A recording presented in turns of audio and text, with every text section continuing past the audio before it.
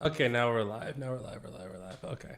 Yeah, no, I said something I think on Twitter and Mastodon. Oh, here we go. Oh, and LinkedIn. Yeah, got the full treatment, which is fun because I was like, I don't. You came to me and you were like, "Let's do a stream," and I was like, "Okay, let's do a stream." And you brought up Textual, which is like one of my favorite little things to talk about, even though I've literally built nothing of substance with it yet. So, Yeah, I only started like 2 days ago, right? Like I think it was you or maybe Mario who led me to Rich. yeah. And then I realized like because I was actually debating, oh, do I use Rich? And I started with like Rich console, because Rich has this console Mm-hmm. class. I started with that because I was like, maybe I don't have to go full textual. And then I quickly like was like, oh, I need more than this. And then I looked at textual, and then I looked at the GitHub org, and I realized that textual and Rich are part of the same org. And I was like, oh, Yeah. I'm gonna See, use this textual. is this is a J ask Pamela career advice questions of like I see all of the amazing stuff that people build in like the textualized gallery, and I'm like, there's no way I can top any of this. I'm not even gonna begin to set, like, it's way too much for me. My brain like overwhelmed sinks in. Like, I have watched you before, you're like, oh, this looks cool, and then all of a sudden you have like 15 examples of this. Is this a mindset thing? Is this like a you just got to be comfortable in your skills, or like what's the secret? I mean, well, in this case, it's just it seemed easier to make something with textual than to do anything else, because it's like, I need a nice way to look at this data, and I probably should not make a whole web. This is kind of me resisting becoming, a full stack developer, because my usual inclination is I'm going to make a whole web app, right? So Yeah. textual for me is like a way to kind of, it's, like smoking patches or whatever, like to ease off of like, the thought that I have to make a web app for everything. I hope Will comes in. Oh, just hold on. I've got apparently I am in two places. Can you still hear me? Yeah, I can. Okay, I'm so confused. I have like okay, there we go. There we go. There we go. Like for some reason it was like trying to jump back into the stream for like the second time, and I was like, that's not good. Um yeah, I feel like, oh hey, they got new branding, and also Will's in the chat. So like, hi Oh my Will. gosh. Oh Like, gosh. All right. All love right. All love right. love the No idea. pressure. No Will, pressure. I love the new design, by the way. It's really Okay. clean. Or like I the like the homepage. I like the old design too, but the new design is nice. New branding and everything. It's Is this the new branding? oh no no I no guess was. textualize.io. Yeah. I kept getting confused and thinking it was called Textualize, but I think Textualize is the org, and yeah, Textual is Textual the is the product. product. Yes. Like I literally tried to pip install Textualize, and it didn't work. Oh, at least it didn't work because it could have been worse had it worked. Um, Well, okay, yeah. To be fair, I actually think there probably is a. This is the danger of PyPy, right? You're like la la la, just gonna install. Oh, this is probably what I installed. a tool for getting textual representation of integers, like created Obvi. in has when was the last update on that? Maybe like I'm too fast. I Release always history, I was 2015. oh man, see, I would be so tempted to just be like, hey, I understand like we support all the things, but this hasn't been touched in quite literally 7 years. Could Yeah, we uh can we do something about that? Like maybe just uh send Tyler an email. yeah. But yeah, I'm Hey, seeing some of the examples on their website now. And I mean, one, the website's beautiful. So great work on that. But like Harlequin, a DuckDB IDE for your terminal, and I'm like, okay, cool database things, and a Chat GPT client built with Textual, which I'm wondering if that's going to be similar to what you're wanting to build. Um, Obviously, more like RAG pattern or Azure OpenAI app interface. Yeah, well, I can show you what I've built because I've got it running already. Okay. So I've already built it, but what I needed, I want to like package it up. And there's also some Oh. features that are being requested. So what I built, and you can use this in conjunction with that app, is tools for evaluation. So when you've got your chat app, how do you determine whether it's doing a good job? So I've got here. Oh, let me plug in my good microphone. Sorry, we should have good audio here, so you don't have Well, to I think it's fine. background. All right, now it should be better. But here you can see, okay, so this is like a bunch of runs I did with different parameters. So when Mm-hmm. you click on here, we can see, the parameters that it used.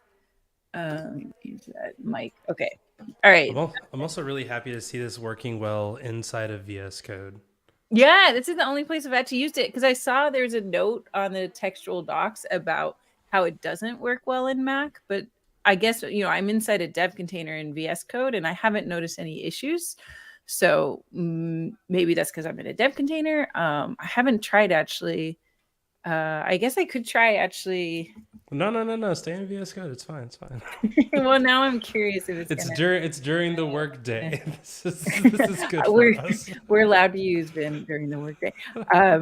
Then okay, so if I'm in there, and then it should just be. That's me So, every time I use Warp. I'm like, but it's oh it's not outside the hours of 5 p.m. wait, man, what environment am I in right now? What environment are you in? By the way, you were talking about packaging it, and I do wonder if there's this world where, like, have you seen the textual, like, web thing that they're doing? That's really Oh, cool. yeah, so that you'd be able to output that in different places. Yeah. Yeah. And so see, once again, I'm just gonna become a web developer. I mean I am, but like a front end. Okay, this was actually only one of them. This one isn't even that fancy. All right, let's do the fancier one because this one is basically just what's called a data table. So if we look at the code for it, um, you can see it's this data. We're making a data table, data table, data table. There. So you make a data table, and Okay. then we add column and rows to it. And then what I Mm-hmm. just added this morning was a modal. So that's the little like pop up that you can get here to see what parameters were used for this particular run of the chat app. Yeah. And the thing that Chris wants me, so this is all for my colleague Chris. You can see Chris Hi, has been doing a Chris. bunch of prompt engineering. Chris Harris, he's been doing a bunch of Oh, prompt engineering, and he has proposals for better prompts. And you can see his prompts do actually seem to be better, like they're getting slightly higher on all these metrics, but they're also producing longer answers. So I want mm, Chris to actually look through and see, do you like the fact that these are like, are they good longer answers? Because you don't want to waste tokens if it's not going towards a good use, right? right. And I also did like a variant of Chris's prompt, which gets kind of like in the middle length answers, right? So we want to be able to like actually compare these. So let's see if let's hope my other one is still working. So, This reminds me so much of Wiley that now I want to do a Wiley textual app. oh, Wiley, is that Anthony's? Yeah. I To haven't, like remind me to what that does. so it does like it measures cyclomatic complexity and Oh, like a few yeah. other things. But the thing that he has a nice like table interface on it that was pre-rich, pre-textual, pre all those things.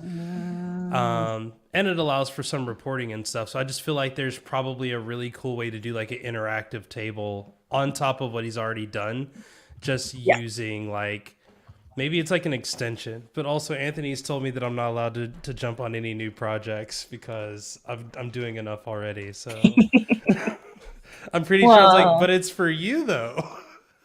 yeah, maybe. Okay, here. Now this is what I want to show. So this is working.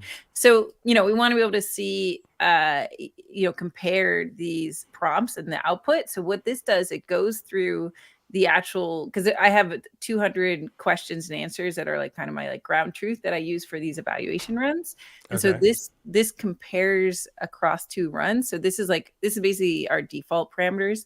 And then this is with Chris's Chris's prompt, and you can see it's more verbose, kind of using some commenting there. But also, this was just only one question, because here's the thing about ChatGPT, especially because we use a really high temperature internally in our app. We use a temperature of 0.7. It can be really, really variable, right? So you can't just look at one QA pair. And you see both of these also got rated as five out of 5 in terms of their what we call the GPT metrics. Yeah. So here's now in this one got bullets and this one doesn't. So it really like shows you. But this is like a good kind of contrast here to see how short this one was. Because what Chris was trying to do, like in his prompt, he said, hey, make sure that if you provide information, you make it really clear where that information came from. So you do see that there's earlier citations, and I do like that. How does this work with kind of the variability of the same like prompt? Right, yeah. Let's look at the same prompt. So I've been running each of the like set of parameters 3 or 4 times, because even within the same prompt, we same prompt, same weights, like you'll get different answers. So I almost feel like in order to accurately measure this, it's like if we ask ChatGPT the same question like 5 times. Yeah. Probably in all reality, probably like 50 times, but also like no one has time for that. So like 5 times, and this is what we got.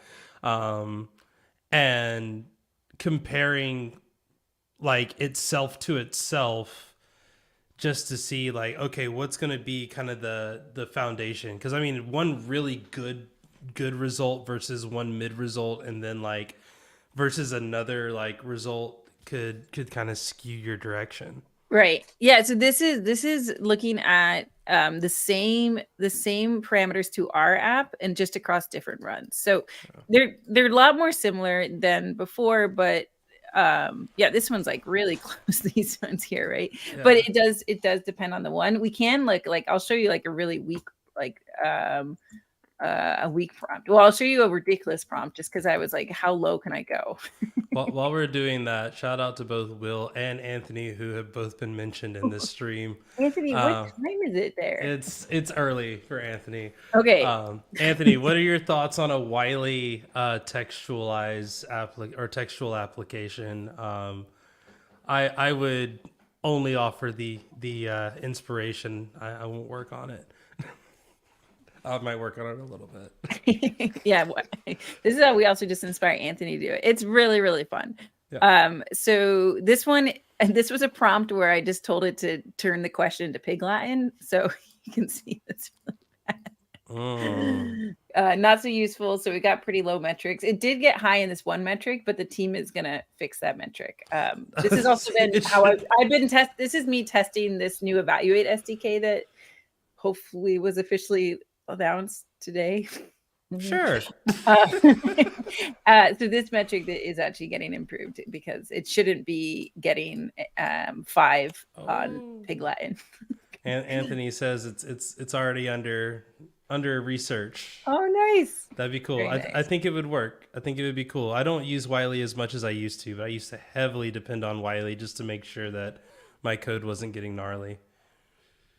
So actually, I want to show what I called a weak prompt, because I was trying to see how low I could get the stats. So looking back let's look at the summary now, because now you've seen some of the things here, right? So the weak prompt, so Pig Latin was pretty bad, right? So you can see most of the stats are really bad, and then there's that one there, that needs to be improved.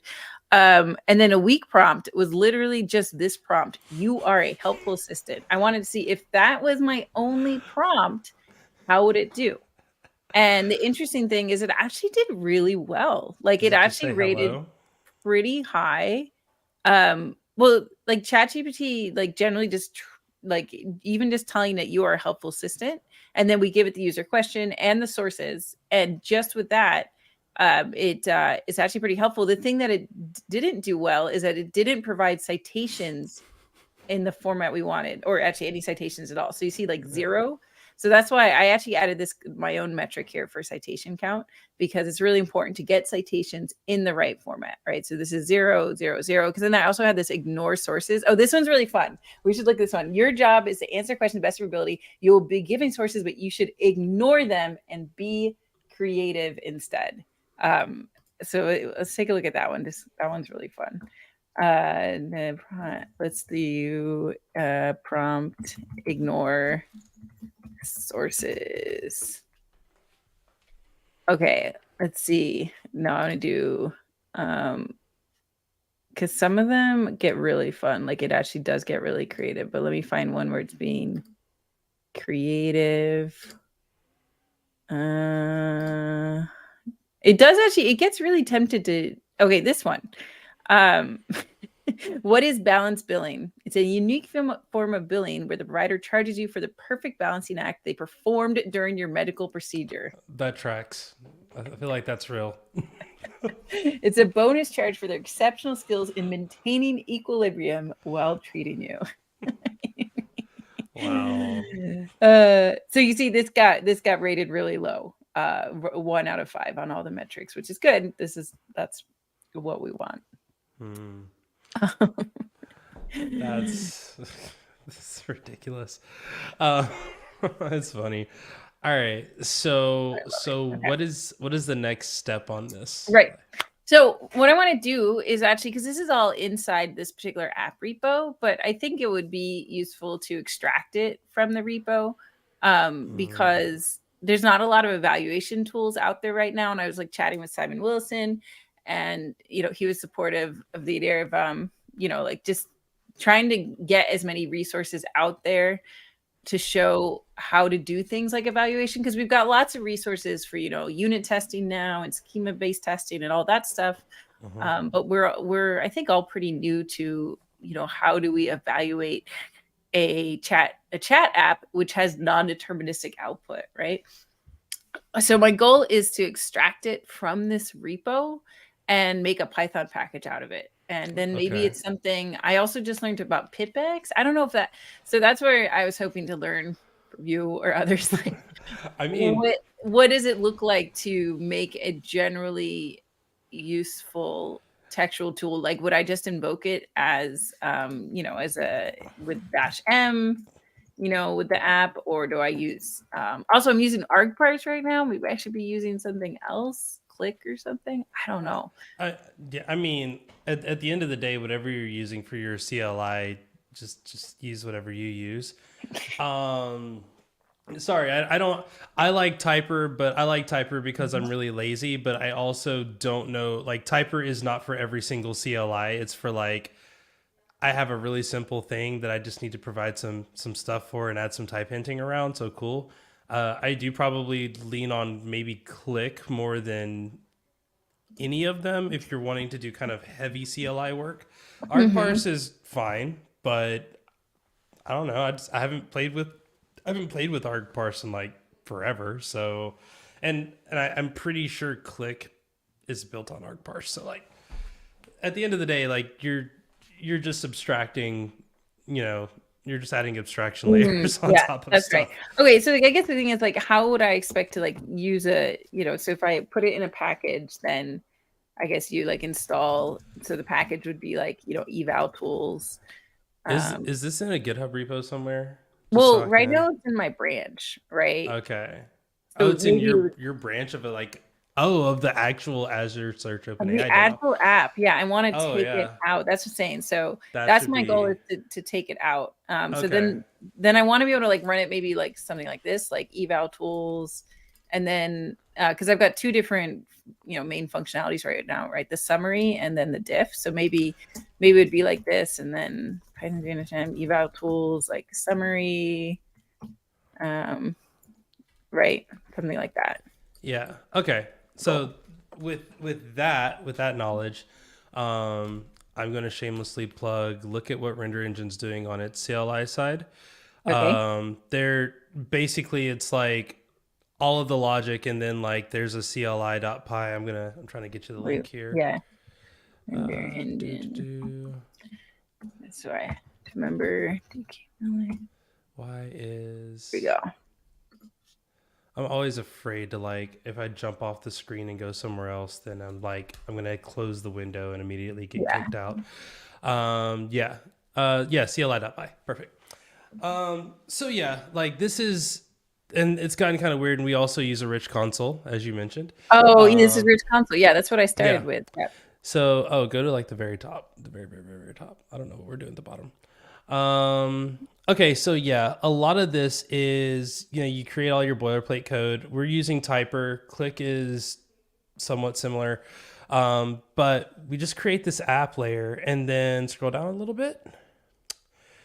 Yep, this is just helper functions. Okay, Mm-hmm. so this detyper function, this is the thing that we had to do in order to, if I remember correctly, this was so that one typer command could call another one. There's a Mm-hmm. lot of weirdness around that and how that gets passed in. Detyper kind of helped with that. Uh, yeah, so that's just that. But then, yeah, you create these endpoints to your CLI in at least in Typerland using our app dot command. So then, yeah, there's a build command, there's an init command, and then there's a serve command.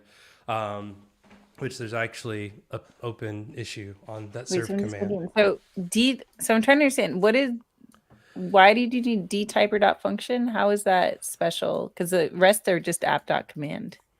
So the like init can get called by another command, but before we were able to Oh. do that, we had to call detyper. We had to let Oh, detyper. so it can be both like a function. Oh, okay. It can be used as a function and it could be a command. Okay. Yeah. Okay. And that's just something that apparently isn't built into Typer. So yeah, a lot of what Typer is doing is you don't have to do a lot of pre-definition of what you're building. You're just adding it to your parameters of your function when you Okay, create and them. this is Sebastian's, of Yeah, this is course. Sebastian. Okay. Okay, cool. Yeah, so basically that's what I want so I guess there'll be a top level diff command and then a top level summary command, and then they will call the other files. So Yeah. I'm thinking what I need to do is, well, obviously I need a new GitHub repo. That's always Yes. Really quick while you're doing that, yeah. on my repo, if you go to the pyproject.toml, in order to actually use that, it's at the root, Oh, project root. Yeah. Nope. One more. very root. Very root. There we go. You have to expose that CLI as something that can be called by Python. It should be in here. You should see CLI. Scroll up a little bit. Oh, right Is there. this Yeah, one? project scripts. So yeah, you can do that Oh, with okay. project scripts. Your setup.py is going to be something similar. If you're using setup.py, Mm. I use pyproject.toml, obviously. And then doing setup tools backend. Yeah. Okay. Yeah, this is why I don't get around to packaging stuff, because now I'm just sitting there thinking like, okay, should I start, from your like Py project?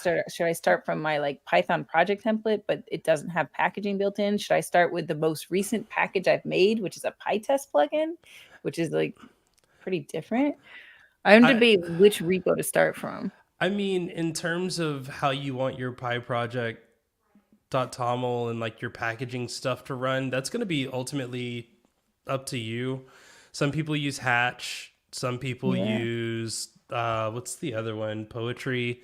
I just use setup tools because I don't know. I just use setup tools. That's who I chose in the war. I made no choice. Um, so I've used Poetry before. Poetry's fine. I haven't used Hatch, but I do know people who have used Hatch. If you're using setup tools and setup tools SCM, like I like setup tools SCM because I use it with like GitHub to do GitHub releases. So whenever I do like a new release on a GitHub project, whatever version I tag that release with, that's going to be the version that's on PyPI. Oh yeah. Yeah. Yeah, that's fancy. Okay. All right. So I have no opinions on Yeah. I And at this point, I don't I don't don't yeah, I don't think that's an important factor in that. let's see. Do I want to do it? I think I can do I just like code spaces. Okay. So then yeah, okay. So let's look up some possibilities for that's a PyProject.toml. I also have, I can look at my most recent like PyTest plugin and see what I use there. This one, okay. And this one used Flit. Okay, this one used Flit. And then if anyone from Textual has opinions about the best way to build. Yeah, Will, like, So I did actually look through the docs to see if I could find something about like publishing. And I, they don't have to have something about publishing, but let's see. Once again, let me look now. Oh, see textual web. If you, this is the textual web thing. Oh, yeah. fancy. And that's what I was going to say is another option is depending on how you're setting this up, you could also have it be a web application. It sounds like you want people to do kind of their own local like thing. So maybe Yeah. So the not. funny thing is that Azure AI Studio just launched, and actually they have a whole UI, and you can actually just there's a parameter where you can save all your evaluation results to Azure AI Studio. So there is kind of already a like a central web interface version. It doesn't mean like this still is is useful, because it's nice to the Azure AI Studio. Like if you want to change something about it, obviously you can't unless you're an Azure engineer. Yeah. So I like having this version that we can like really mess with. Yeah. What's the I was interested, what are they doing? What was Will doing? Textual web? Yeah. No, I saw a PyProject.toml in there, so I was like, oh wait. Textual web. Poetry. Yeah. Okay, I haven't even used that one before. All right, so in this one I think uses Hatchling. Yeah. Okay, so I've got a Hatchling, I've got a Flit, and then I've got yours open. Yeah, I mean, I don't think right now. Let's get everything just extracted out first. Yeah. Okay, so this is just starting up here. By the way, I have now forked the chat app evaluation tool CLI. Okay, there's like nothing in that was like literally fine. Just my standard Python project template that has all my like linting and stuff, right? That's fine. I can help out as it makes sense. Like there's no code of conduct on here. There you go. Immediate That's right. But you should make that change in the actual what I forked it off of. Yeah. I'm just looking while the code space loads. I'm just looking at your thing. So you have this semantic release. So I guess that's the thing. Yeah. Is that the thing that's what's determining like, hey, use PyProject.toml and then like check the product version, and that's what the version's going to be. But where's the project version? Go to up at the top, it's project information. Okay, so project and then dynamic is version. So that just tells it like, hey, everything else is statically set except for the version, and then the version gets called down there. And then again, that's just all setup tools. And I actually there's a GitHub action that does the publishing. So yeah. Okay, so but where does it get the version? It gets it from the tag, you said? Yes, it gets it based off of branch main, whatever the project.version, which is basically just the GitHub tag. Okay, very fancy. Yeah, and like I said, I think you can actually see that in the GitHub action, because it's a publish. It's like a published GitHub action thing. Yeah. So my question for you is whether it's an overly complicated approach or whether it's good. I mean, now that it's set up, it's easy because I just do gh release create. I create my release and then the GitHub action triggers. So like, I feel like that's relatively easy. Okay. I'm sure people who use Hatchling or Poetry would say they also just do like Poetry publish. And I don't know if Poetry publish auto updates in terms of version bumps, but like that also feels relatively simple. Okay. Well, I'm happy to try yours since you're on the call, so you can like tell the Poetry and the Hatch people to get you on a live stream that you invited me to this live stream. I'm just providing the YouTube channel. There we go. All right. So then, okay. So the first thing to do is just to get the code in here. The other reason that I wanted to package it up is because there's actually these CSS files, Hmm. and it's cool. Apparently, the reason for having CSS files is because you can potentially actually run in this dev mode, and you get live updates as you change your CSS. Because the thing about CSS is that, like in websites, you often want to fiddle with it. You're like, oh, I'm just gonna move it 1 pixel, move it 1 pixel, move it 1 pixel, right? And it's Hmm. super annoying to have to restart a whole Python app for that. Yeah. Um, so, one advantage of separating out the presentation is that you could reload just the styles. I Yeah. didn't actually manage to get that option working, I but would in also theory. make that configurable so that people could also add their own style. Oh, Because yeah. So configuration. So I'm otherwise, going to start with this being very unconfigured and then see how people want to use it. Because right there now you it makes a go. ton of, I'm starting real low. It makes a ton of assumptions about, like, what does this format look like? What does this format look like? What does this format look like? And that's all kind of hard coded into it right now. And I'm going to have to be okay with that for the moment. But yeah, in theory, you could do lots of customization of these things. All right. So then, but let me just, right. So the reason I want to package is that I don't want to be like shipping CSS to people really. Like I Yeah. just want to simplify what's in this repo. And if I've now got, like, 4 files for this thing. So I just think it'll be nicer to just, package it up. All right. I'm So where adding are we? issues as you're talking just to make Oh, sure all the different things. Right now, I have add tests, add code of conduct, okay. and should you ship the CSS? Um, Let's see. All right, so I'm just gonna bring stuff over here. Okay, so we got the diff, we need the CSS. This is, of course, a really good way of bringing. I have so many random VS Code windows. Okay, I should close some. By Relic Cloud and bye. Okay, all right, we got the CSS. I guess I should just like do something like copy with a cp-r, but whatever. All right, diff.py, diff.app.css, and then we're gonna do summary.py. That'll be this one. oh, I can also here. I can share the GitHub repo in the chat. And God, the screen. Okay.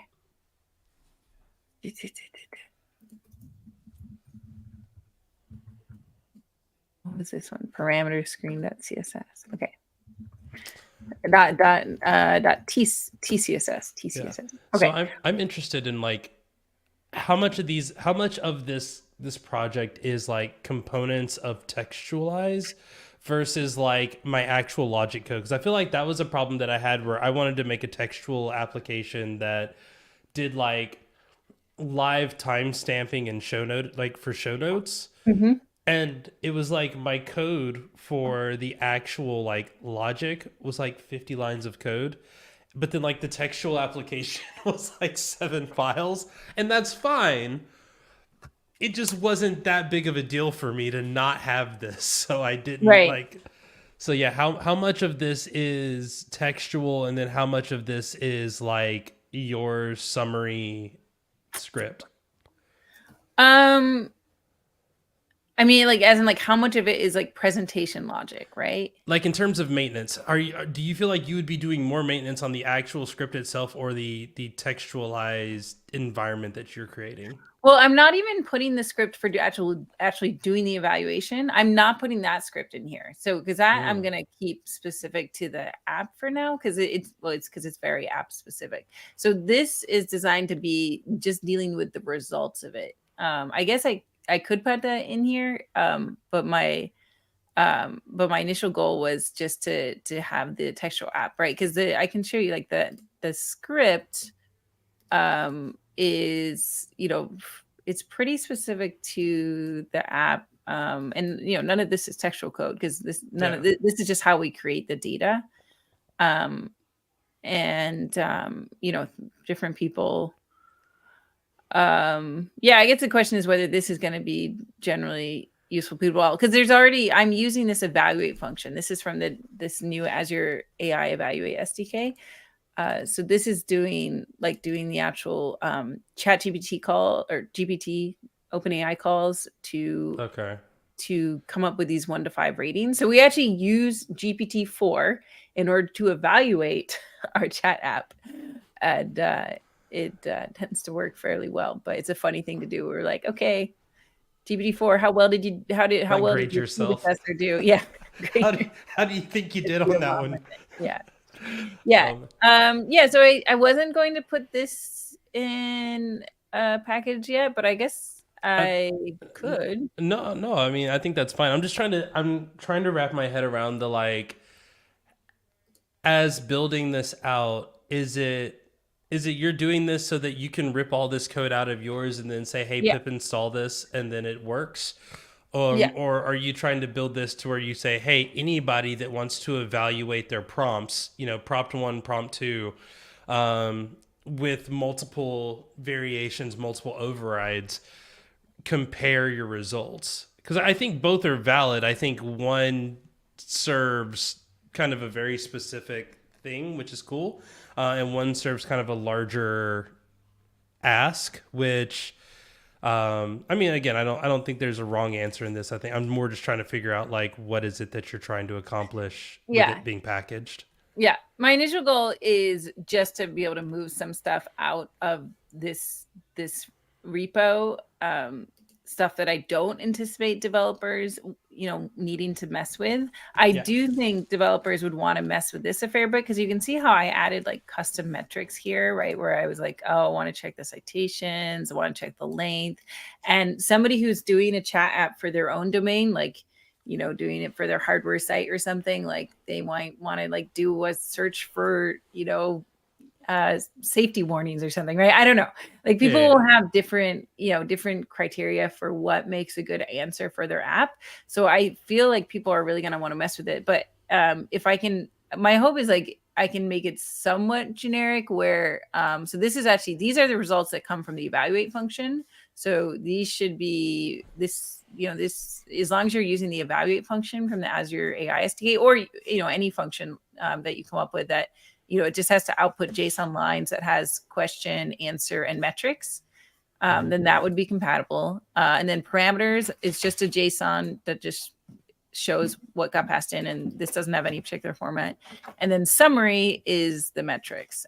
So this is going to be the hardest part to figure out how to make generic, because you can see like in my table, I only ended up showing some of these metrics. So, how do you decide what you're going to display in the table and what the column names are going to be and how to make them like not too long? Because you can see I shortened it, right? I said just percentage sign. So I think the hardest thing is figuring out how to make this general. I think it's possible though, because you can imagine like a config like metrics equals, GPT groundedness / mean rating. And that Yeah. would then show that as a column. I'm just that makes sense. And again, I'm trying to more think of just wrapping my head around the context of how this is being built. Yeah. If everything is hard coded and it's like, do you even need to put this on like, does it need to be on PyPI? Because you can just pip install this like GitHub repo release and call it a day. But I wasn't sure what the overall goal was, and that's always just something I'm genuinely Yeah. interested in. Well, I think of like I I think, I guess this leads to too many things on PyPI, but I think like textual. Never. But I think it's good when things get like packaged up, because it helps with discoverability, right? Yeah. Because lots of times, like this is what I was tooting with Simon about this, is that, my thought about PyTest extensions is that half the time I don't use the extension itself, but I still look at the source code and then figure out how to do the like fixture that I need, right? Yeah. But the fact that it's packaged up as an extension makes it easy to find, and also makes a community around the idea of that extension, right? So like we've been dealing with PyTest Flask, that the Oh yeah. PyTest fixture function, Oh that. and it like it has a lot of issues. It doesn't work that well on Windows, yada yada. But the cool thing is the fact that it exists means that there's now an issue tracker for everybody who cares about trying to have a fixture that does that. And if you go through the issue tracker, you can find workarounds for your particular issues. So I feel like it's good to package things up, even if nobody ends up using your exact manifestation, because that's insane. Like, it is hard to make something that is as like customizable as everybody needs. Yeah. But just the act of packaging it up creates like it's the shelling point, I think, like the place where people can come that are, interested in that particular type of thing. So Yeah. that's And my thoughts on it. yeah, and don't get me wrong, I'm all for making a package out of it. I was just thinking like if the end goal is I want to go pip install chat app evaluation or eval tools CLI, like Yeah. okay, yeah, you're gonna have to worry about all the versioning and stuff, which by the way, the setup tools stuff you can just manually version. I just do that to have my, like, instead of dynamic version you could just do version and whatever the version is. Okay. Yeah, you don't need that part.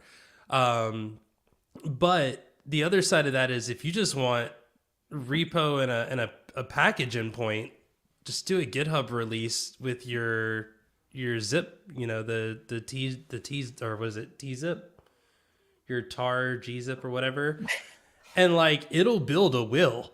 Like you just pip install that URL and you're fine. There's no reason to have it on PyPI, and I don't think it's right or wrong to do either one. Make sure eval tools is available in PyPI if you're doing down that route. Because pip install eval tools. I mean, if you get eval, I was gonna say if you get eval tools, you did. All right. How about chat app eval tools? Chat app eval. Well, I guess eval tools.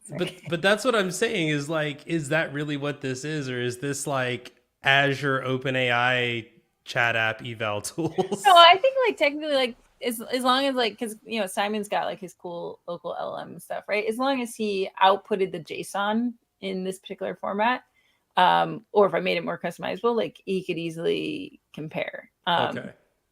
So Okay. everyone always has the aspiration to make their thing more. Does it have to be? Is it any type of chat app or just an AI LLM chat app? Well, any chat app where you're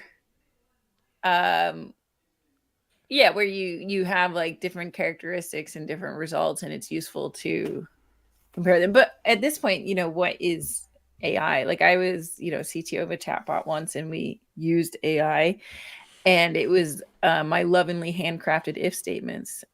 So Why don't you not start with dynamic versioning and just do the manual yeah. versioning and Okay. save yourself So we'll the. do dynamic equals version. Okay, so then what do I put It's version just here? version equals, yeah. That's it. Description. Super generic. Super. For the people in the chat that are like, why is Jay so hung up on this? First of all, this is my YouTube channel, so I could be hung up on it. But then second, I have struggled in the past of just like naming a thing the wrong way and being like, well, I guess this is it now. This is what this does, because what else is it gonna do? Jay, if I have to figure out naming, we're just gonna spend the whole rest of the time figuring out the name, because that, as you know, naming is impossible. We've talked about me going to a tattoo parlor to get a tattoo of Tetris pieces, and then I just spent 2 hours with the tattoo artist, like moving the Tetris pieces around. And when we finally got a pattern that we liked, they were actually closed and couldn't do the tattoo. So. Oh no. Okay, wait. So which of these do I need? Like, what is this? You don't need the setup tools SCM if you're not doing the local version definition. What is this shenanigans? Okay, so you know how I have this goofiness where sometimes I put everything in a source folder, Yeah, and but then I actually put the name of the folder, the name of the project inside of the source folder. That's all that is. It's just, it says, hey, your package actually exists here. Yeah, that's not something that I would recommend people do in the long term, it's Hmm. been kind of a headache. What did I do here? Okay. This one. We have an app name. Oh no, Jay went away. Jay, come back. I'm back. I don't know what happened. I think it's so silent now. I like disappeared quickly. Yeah, I wouldn't do that. In the future, just either a source folder or whatever the name of your package is, and go from there, and you're Okay. fine. Um, The source. Oh, this one I did it too. Okay. So yeah, that does seem to be fairly common yeah. to. John says they have an app named Names. I So want to know, is that an app for generating names? it's like Faker, but only with names. Wait, so if you didn't do if it was if I just had it under source and didn't have the the name of the package here, because then I have to really decide on the name. Then what do you say for package dir? Do you just I say think you source? just don't provide a package during it auto looks. It knows for source. Okay. Just don't call it a name of existing standard library module, otherwise strange things happen. Yeah. Okay, let's call it or what about just like the round function? No, I jeez. always I always have Now this we're thing where I trolling. always override the sum function. Like whenever I'm teaching, I'm constantly override the sum function. VS Code gets mad at me because I have a shortcut for the collection module inside of Render Engine, and when I start typing collection, it automatically imports collections, and I'm like, stop, just stop. And I'll be like, from collection import random or something like that. I'm like, no, that's not what I'm trying to do. Oh. John says that the names app is for DNS. Yeah, someone clever came up with it. I mean, clever. I feel like Um, they were being clever, but also I feel like when it comes to naming your Python package, sometimes cleverness is I don't know.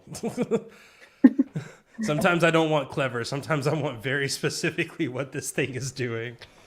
Yeah, so if you called this CLI, then you would call it CLI. If you call it app or whatever you want to call it, um, well, yeah, I feel that like I should make like a file for like the main thing, right? So I could go, I mean, I could use typer, use typer, import typer, done.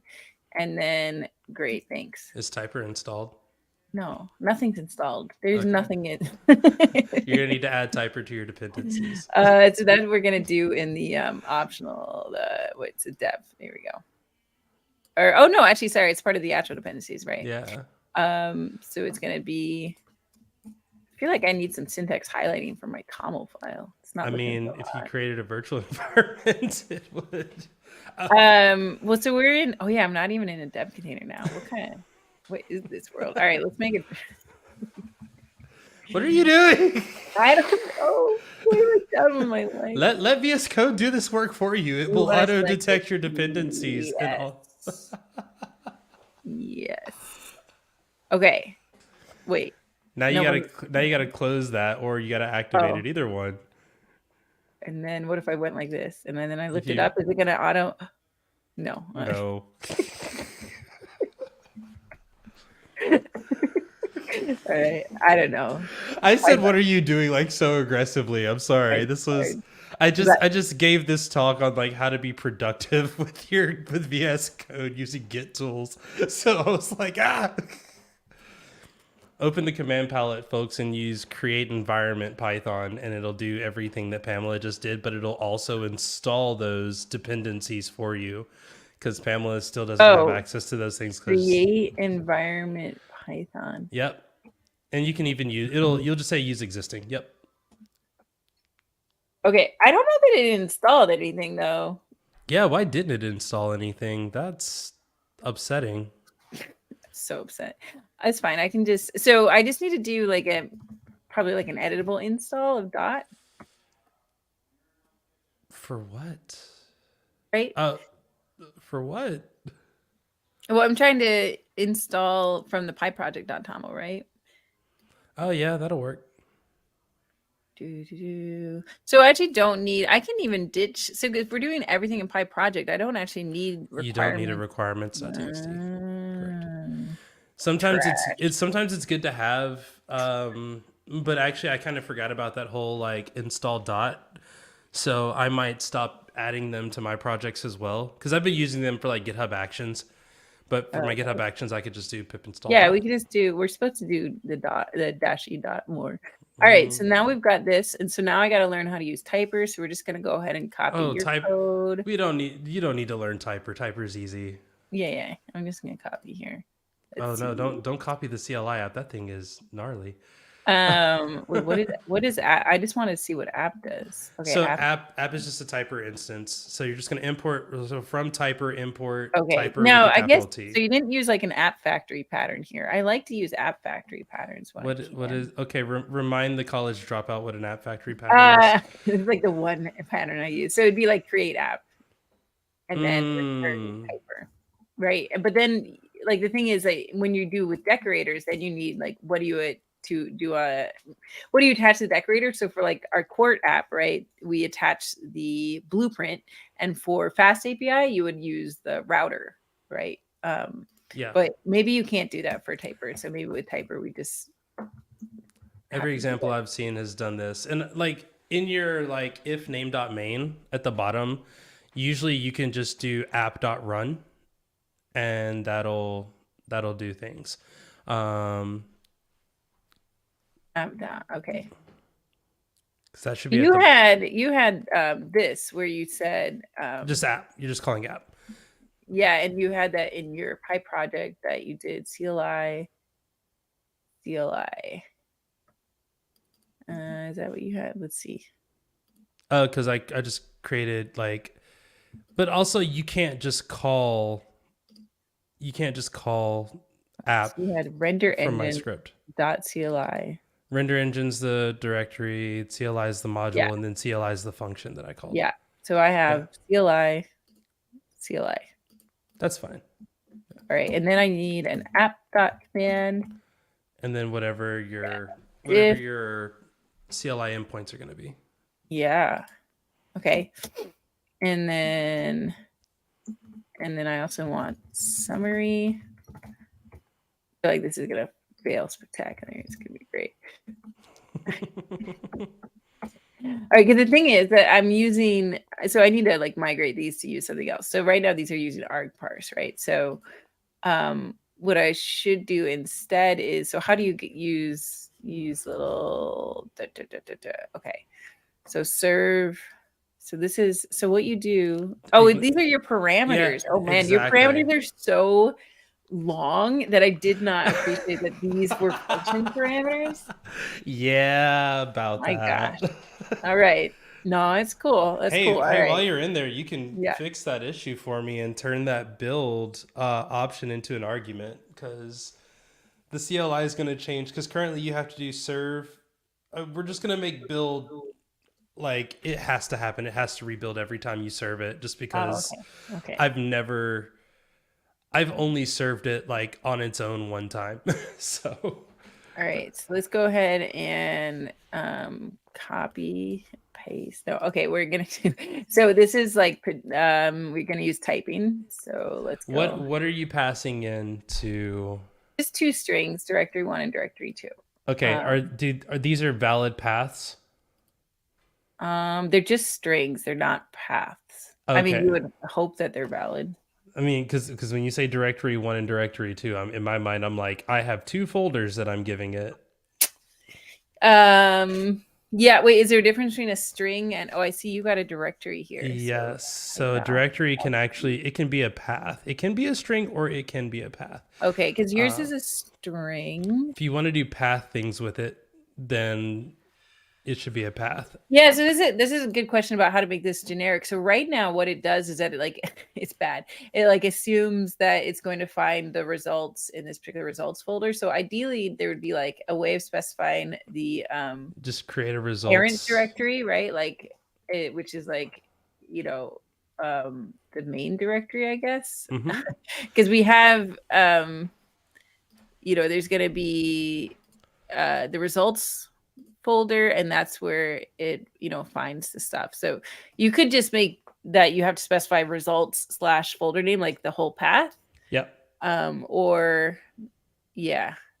If you're doing that, just import path from pathlib and make it a path object. Mm. That way you get the fancy path stuff. All right, so let me say like parent path, parent directory, and but then you're saying I can make that a path. Yep. And And that then, gives you things like if parent directory doesn't exist and all those fancy tools. all right, and then we have whether it's like optional. So I guess this will be Yep. optional, but I want it to be a path. And then you have to say equals typer dot option. Okay. I'm trying to remember if typer dot So option what was what I was thinking. default none exists. What does that mean? Dir okay, file okay. Are these all made up? None is your default value. Exist equals true says like, hey, does this thing exist? Like it's either a boolean, like it'll raise an error if the path doesn't exist. Oh, it's gonna do this checking for me. All right. Well, Yes. typer has now earned its You're earned like its typer for food. the win. I that's like real fancy. I didn't think that was Yeah. physically possible. Okay, so exists. Okay. Oh, so these are all path specific options. That's cool. Yeah. They're okay. File okay. Beautiful. Also double check and make sure those things do exist in there. I did actually when I scrolled over, I could see Okay. they're okay. File okay Yeah. exists. Writable, readable, blah blah blah. Yeah. Resolve path. Do we want it to resolve? If you want to. I feel like resolve is going to make it those just do like absolute paths, right? Or it allows you to do like symlinks as well. I don't know. Don't know. Okay. All right. Well, we'll see how this works. Parent directory, directory. Okay. So then directory one. And that was my question: is do you even need to provide a parent directory if you just did directory one and directory two?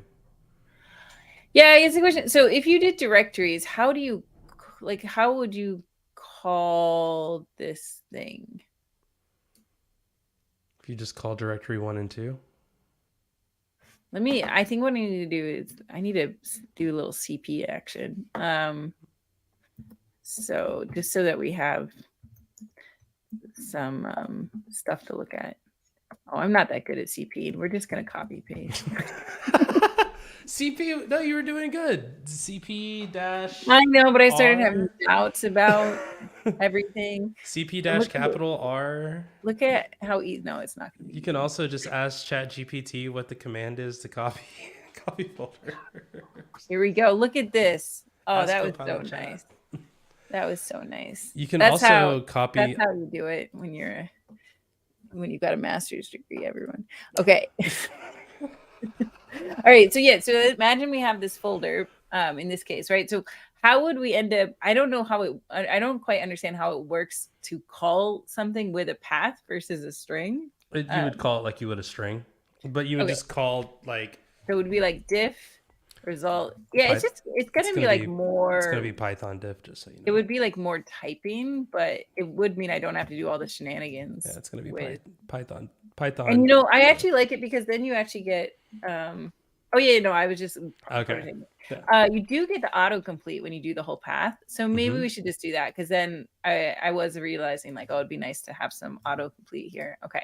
All right. So we're just gonna make and then they're not gonna be optional because I need them. Yes. And so it's not really an option, it's a non-option. And so okay, so then we gotta say the default well. Just do 3 dots as the default. That Oh makes my it. gosh. So now you have to remind me what 3 dots are in Python.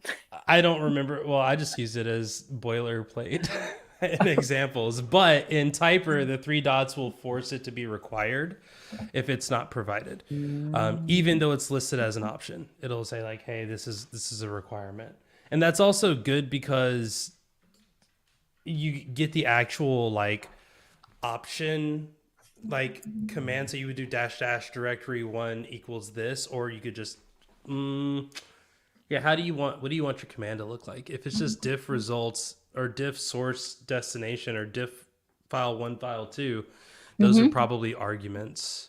Oh, yeah. I sorry. I want it to be like positional. How do I do positional? Those are going to be typer arguments. Let me find that for you. I rarely do arguments because I like to do everything the hard way, I guess. I think in the case that they're not optional. I think it makes sense for them to be kind of positional. I think what you've done. Typer. It's just typer.argument. Oh, okay. Yeah. And then do I need the ... At that point, you don't need the ... All right. No more ... Goodbye ... Okay. Yeah, and that'll Okay, be so position position too. So then I'm actually, instead of having like if name is only blah blah blah. Okay, this is just we're just gonna refactor that. So these are gonna come in as paths, which is cool. And then okay, good. Okay, so great. Oh, this is already looking real nice here. So we're just gonna delete. Love it. Okay. Oh, was that right? Yeah. Okay. All right. That seems promising. And then just called main. I guess it'd be nice to try this now. So is this gonna work? I mean, you can just Python CLI. We're gonna pip install again.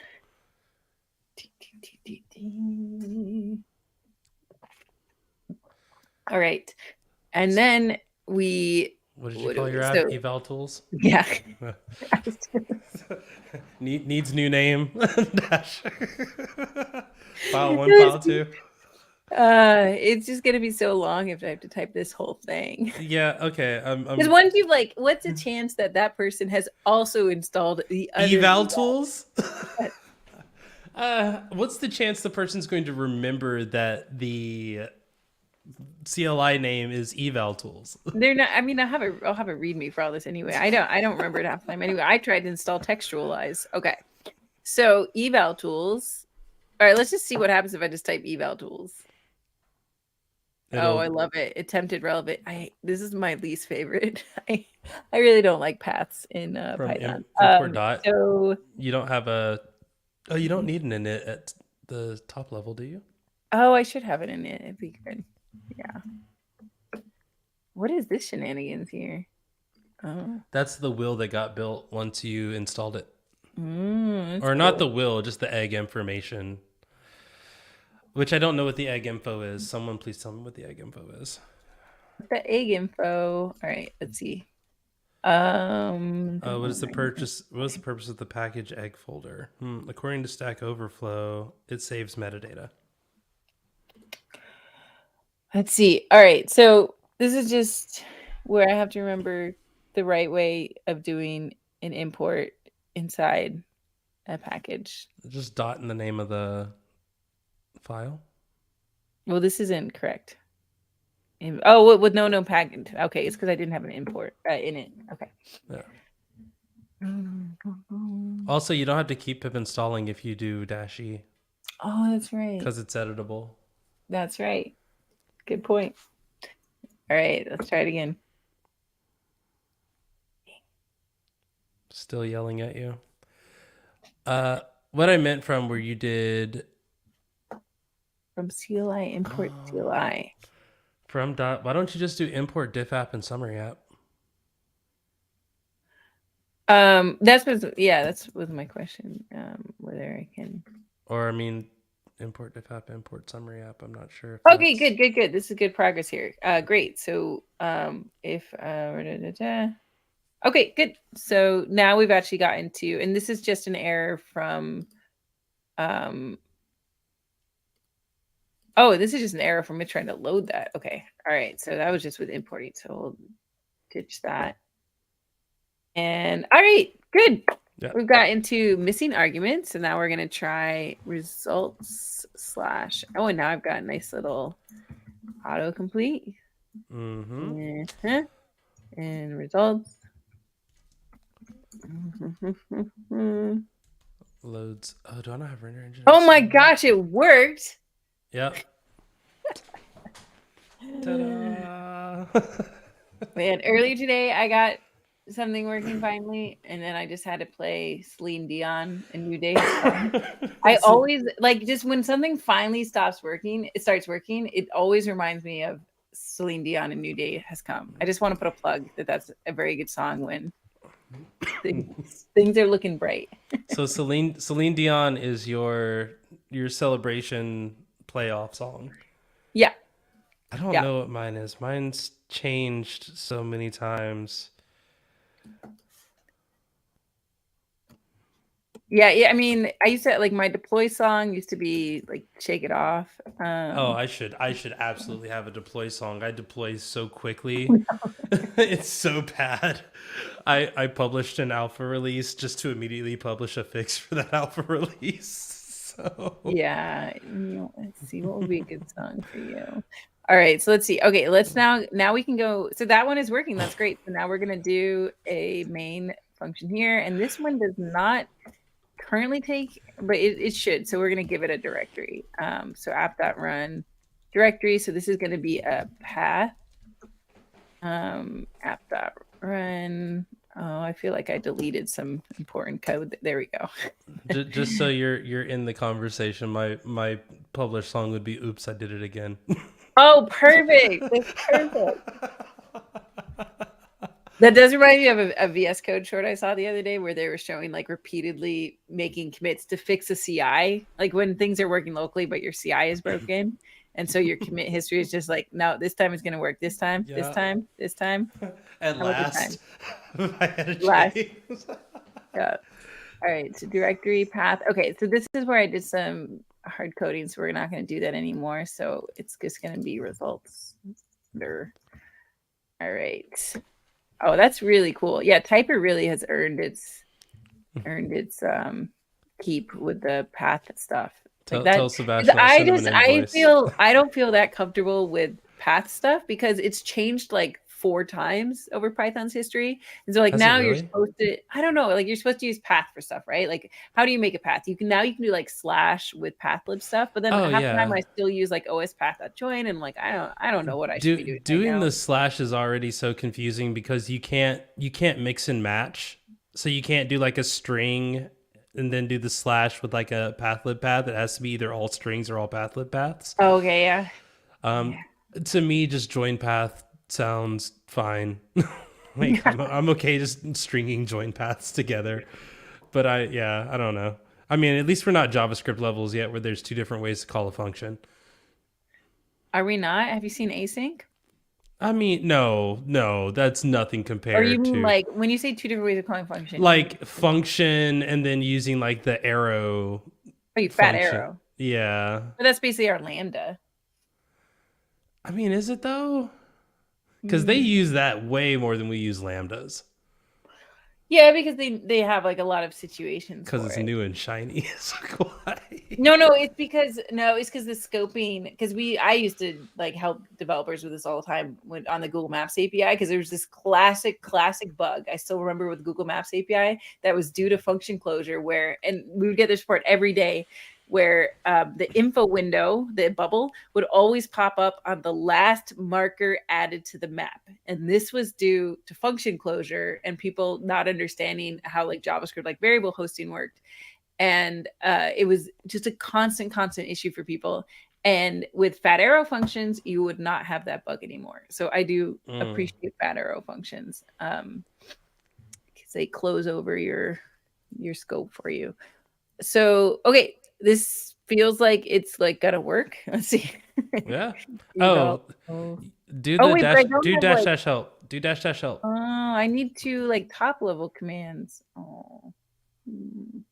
Boom. They're Okay. there. Oh, okay. All right. Yeah.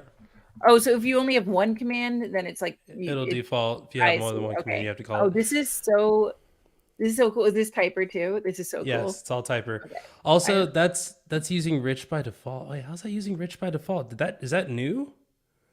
I don't know. It's so pretty, isn't Because it? you no How do you you know it's rich? How do you know it's not just something that's pretty? no because you used to have to manually include rich as the console, Oh. which is why I have that console inside of my render engine. So I might not even need. Ooh, Mm-mm. might have another issue to file. Okay, so what I need is that Ruff does not realize that these are local ones. So I need to tell Ruff that it's local. And I think it's just like local project folder, but let me just double check what it I think is. so. I deal with this. It still blows my mind that you search GitHub before you search the docs. Well, because I know that I always like have it in, Yeah. some. No, I think it's a good thing. Like, I I don't wish think I enough did that people like more. use. Yeah, I think more people should really I utilize. immediately rush to the docs, and if I can't find if I can't find it in the docs, then I jump to GitHub. Or did we put it in? Okay, let's see. Local. Oh, Uh, known local folder. Yeah, it's for okay, that's what it is. Known local folder source. needs to add There we that to my go. own stuff. Let's see. Yeah, This is I should just update my project template. Okay, come on, Rough. this Come is why on. I like doing these live streams We'll that do. Pamela invites me to on my channel. Oh, Is that I wind up yeah. learning a ton. Is it this one or there's one other thing? Or is it just not picking up on? It's just All right, saying what happens if we it's manually just write? saying that there's two that they should just be imported separately. No, it thinks look, watch this. If I let Rough organize, it's put typer with the local stuff. It shouldn't do that. It should be Oh, looking at yeah, that's this is confusing. why I've done this, but I wonder if it's not looking at, let me see. So if I do Rough on Well, also, oh no, oh that makes sense. I don't all know. right, so I want like dev dependencies. Dev dependencies. How do you do your dev dependencies? You Or do just copying. it's projects There we go. optional dependencies. I'm just copying. Yep. Oh, so I should have actually I deleted my requirements dash dev, but I actually did have so I'm gonna take those and then put them Mm-hmm. in there. Okay. All right, we got the we're not gonna need black soon, but I have not migrated yet. Let's see, PyTest. Because for all the tests that I'm going to write. See, and now I can write nice tests. That's the other thing I liked is like right now, if I wanted to add tests for it, I'd have to like Oh, it's I'm awkward to have like too many package like things in one repo, one yeah. mono repo. As a person trying to build a static site generator, I totally feel this pain because there's always the constant like, but now I have to create another test for this. So then that's why Render Engine is an ecosystem now because I was like, I want to add this feature. Oh, time to create a new package. Oh, I have to do you remember how to do extras when you're doing -E? I think you just do dot bracket dev. Like this. That's Yep. so weird. Okay. Nope. No, put it in quotes. Put it in quotes. Like this. No, the whole thing in quotes. Okay. All right. Oh, because this is a zish thing. A zish thing. Yep, that's right. Okay, these are things that need to go in the README because no one remembers that. So that goes under development. Contributing. Contributing. Section. Contributing. Okay. All right. So now we've got rough, and now I want to see what rough actually says. Multiple imports. That's fine. Arg parse. Oh, no, we don't need arg parse anymore. That's good. You can just no QA that line. Call it no. Net. I want to see because I had I had to know QA a line the other day, and I don't remember why I had to know QA it, but I was tired. I was so mad. What like known local folder? Let me see. Line length. Oh, I think I also need this. Here we go. Let's try this.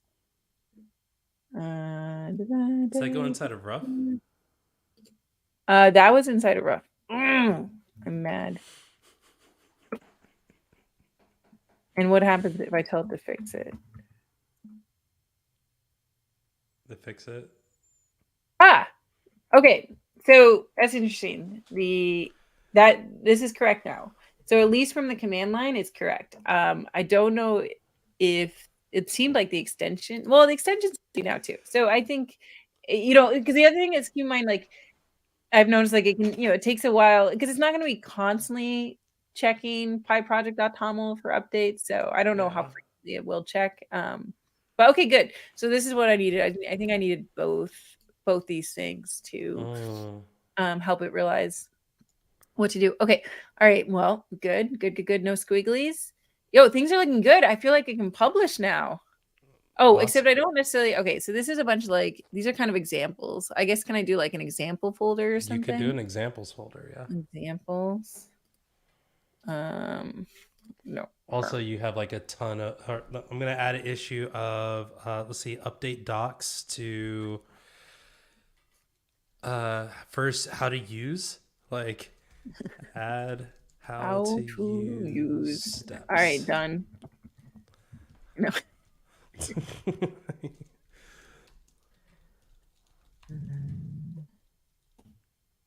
Okay, we'll put like insert image.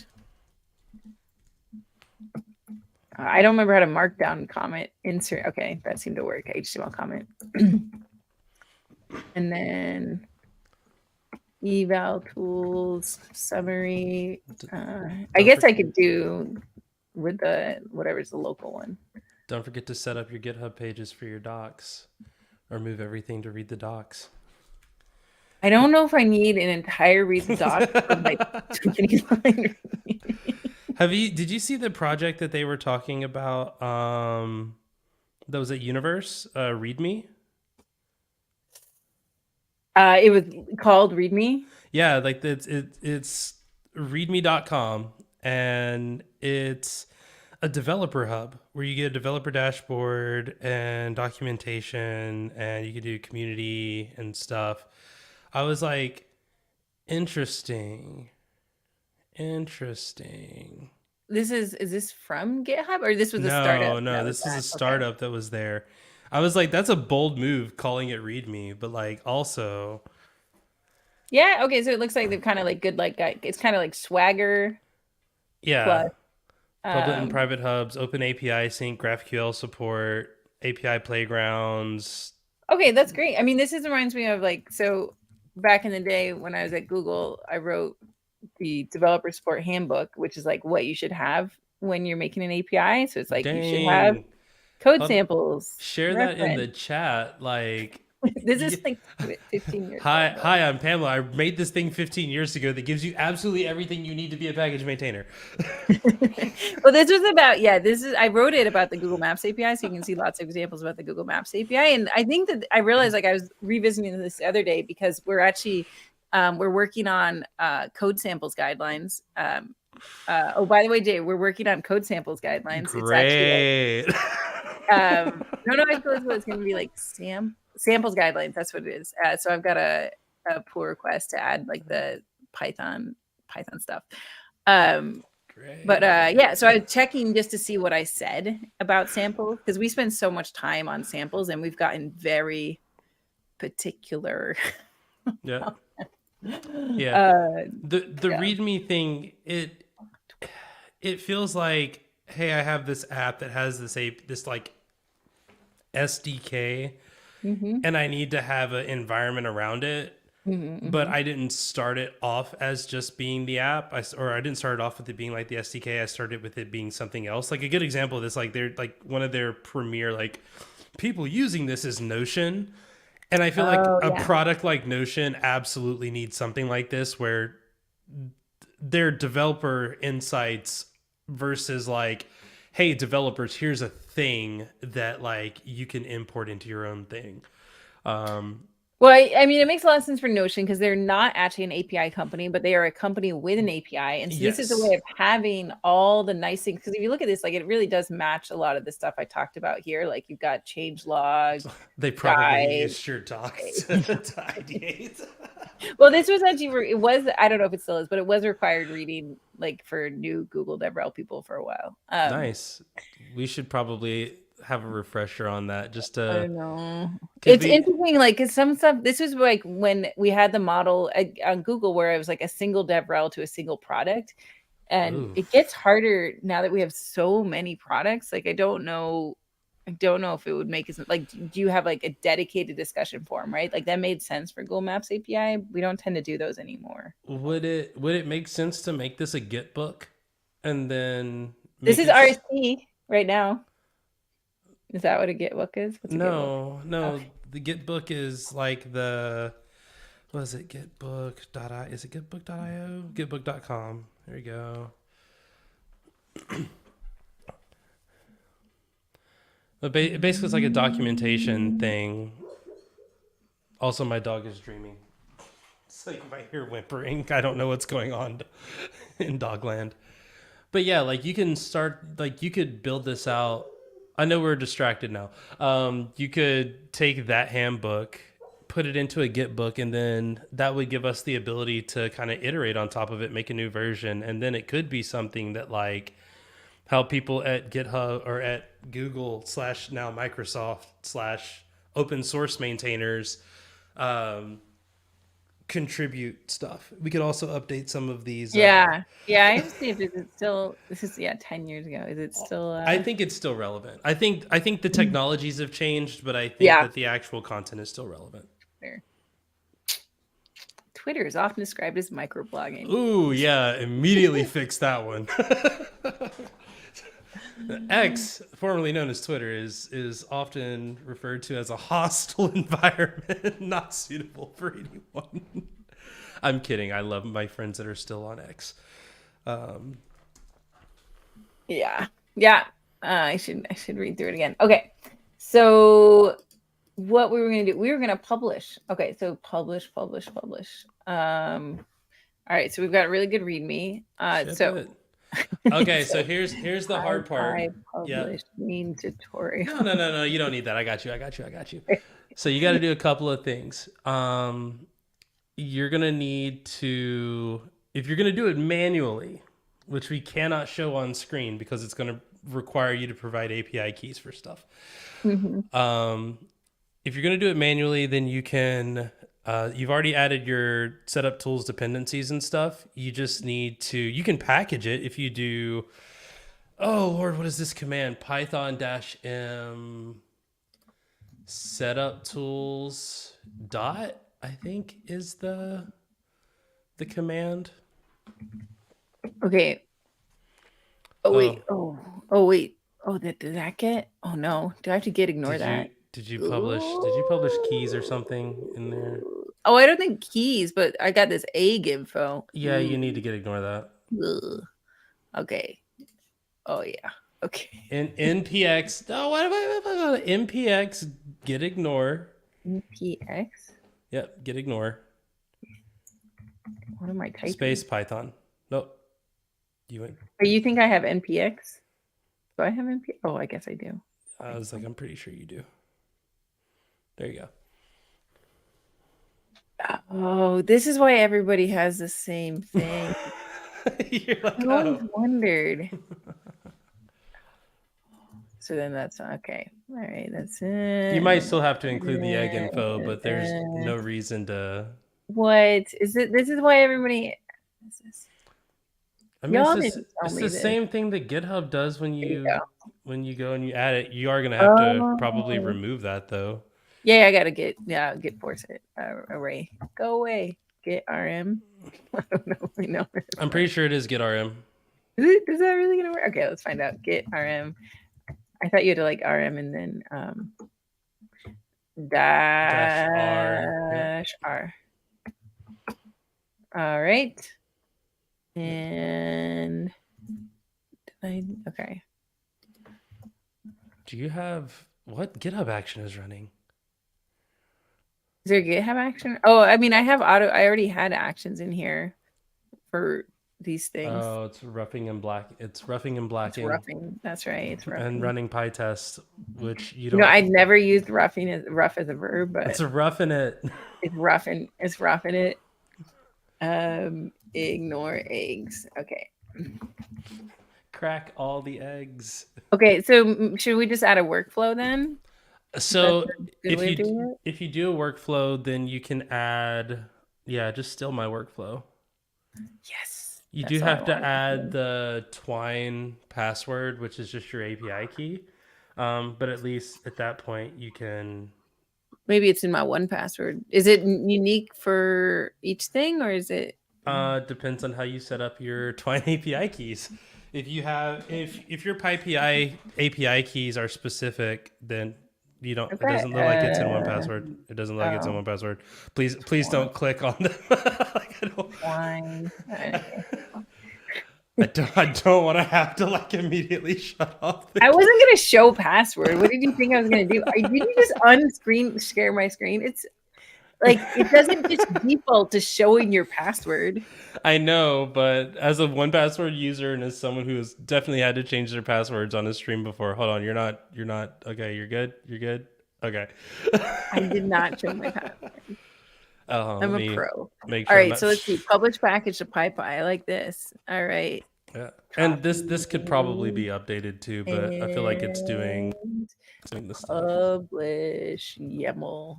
All Oh, right, I gotta add a secret. you add a to your YAML. I do. I did Interesting. a survey on Mastodon and to ask people whether it should be YAML or YAML.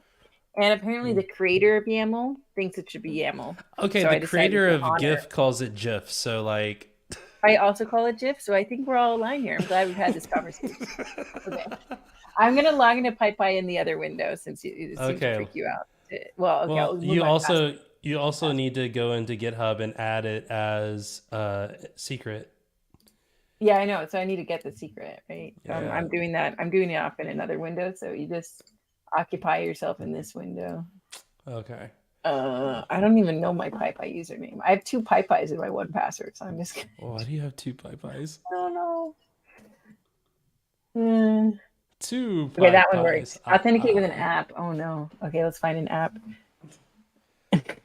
There's also like It's got to be one of these authentication apps. there's also the make sure your API key that you're using is available for that application. I believe you have to create the application in PyPI first. Oh, okay, your projects. All right. Well, now I'm logged in, so I can probably. Well, no, I should still keep it here. Okay, so your project, and then your organizations, account settings. Oh, publishing maybe publishing. Add a new public. Wait, I need to screen share so I can figure out what to do here. Okay, I'm yeah, gonna, it's like I'm because gonna I try can't. not to. Oh, any passwords, but okay. So where do I get the secret? Not there. It'll be in Not there. account settings. We can make a fake key and delete it. Like that's not a problem. Okay, so Oh, this thing. Okay. yeah, so like you would add an API token in, and that's gonna be what All you, right. So that's what I'm gonna go do in the other yeah. window. And it's just a Y'all. matter of if it Do has my access to thing. all of your projects or just that one. Oh, I see. Yeah, I do have it for all projects right now. Yeah. It I would be should. good to change it, but it's It'd be, that's kind of awkward, like chicken egg, huh? yeah, I'm trying to remember if you use a key that has the ability to modify all projects, if it will just create the package for you, or if you have to create the package. Someone who's a package maintainer, Anthony or Will, if you are in the chat, do you know the answer? So when I'm selecting scope, it only gives me the options of my existing projects, which makes sense. Yeah. But That's what then I'm saying is you have how many tokens people currently usually that are do for it? all projects, and I wonder if you Maybe used one of those and tokens, there's if it would. oh yeah, that's true. Yeah. Wait, does it let me use the old I don't token? think it'll show you Remove what the token. token No, I is. wouldn't. So I need to add a new one anyway. Yeah. Oh. But like what the I don't understand how the usual flow because I don't see an option to make a new project from here. So like how are people expected to make a token for a specific project before that project exists? Uh, I think you just create kind of the namespace for it and then But request a there's token. no option to create a namespace in the Well, no, you would just create an application. You just create a new package and then go. okay, and then you just have to do the switch. Yeah, Just and switch it over. Anthony uses a pseudo token. So like he just has a token that he uses that Oh, and is then he the switches it answer. over to a good one. Okay, so Yeah. I'm gonna do this in another window as well. So I've got my actions secrets open. So I'm gonna go in the other window. You have to upload And the package first? Oh, I think that's so. I weird. couldn't see a way to. For Okay, some so reason I thought, hold on. I need a repository secret. I think it's a repository It is a secret. repository secret, Okay, and then yes. it's Oh going to no, be it's an called. environment secret. Is it? It's just an What's the environment difference? secret. It's just secrets. That's fine. Well, you don't get like, oh wait, manage environments. Environments. No, I think environments are If something I called. think if you just I did don't know new what an environment is. secret, I'm just doing this one, new repo yeah, if secret. you just do new repo secret, that's fine. All right, I've got it. I can reload over here and show you. Look at this. There you go. You did Great. that and you did not see my password. Yeah, you should upload a package, even an empty one, as early as possible to stop someone from name squatting. Yeah, that's why you can Um, pip install Anthony Shaw. I always like to put stuff like I'm that. kidding, but now I kind of want to see if I can. All right. Oh, Anthony Shaw is not a Python package. It might Time for be. it to be. All right, so does this looks good, I think. Test. Wait, jobs test. Wait, do I need test? Oh, needs test. Oh, that's cute. I like that. My tests don't exist yet. That's gonna be Oh, another stream. well, So that. set up Python. The only reason I do the test thing is that way I'm not knowingly publishing No, something I broken. agree. I think Yeah. our next stream should be how to test a textual app because they have this whole documentation about testing, which I love, and it includes visual snapshot testing. Doesn't that sound really What? fun? Yeah, so So I think we should do that. my guess is Will is not still in the chat, but if he is, hey Will, Will, you should come on and show us how to do visual snapshot testing Yeah, with you can just show us. textual. Or we're gonna figure it out ourselves and we're gonna mess it up. Okay. So does this look good? This looks good. Yeah. I'm That looks good. gonna push Oh, on release. that I mean, that's up to you. If you want to have it push on other things, you can. I did it on release only because then scroll down a little bit. Mm-hmm. You could also probably change that to 312. It's a new year. It's a new day. It's a new you. A new day. Let's see. Oh, Python dash and build. That was the command. You need pip install build and twine. That's fine. Yeah, you should include these in your packages because that's bad. There. Okay. I could have sworn there was another thing in here, but apparently not. Good. Okay, so if I do it on release, that means I have to do the whole on release thing.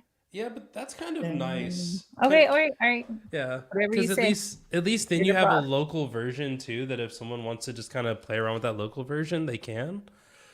But that's just me. This is Okay. why I did this before. So now, do you have the GitHub CLI installed? I do. Yeah, I do. Mm-hmm. Okay, awesome. So, oh, but it's not gonna do all the fun stuff because you didn't use PRs. That's lame. Oh, should I have done that in a PR? Should I No, just make it's a new PR right fine. now? We can make a new No, PR. it's fine because it won't work now. You GH can release.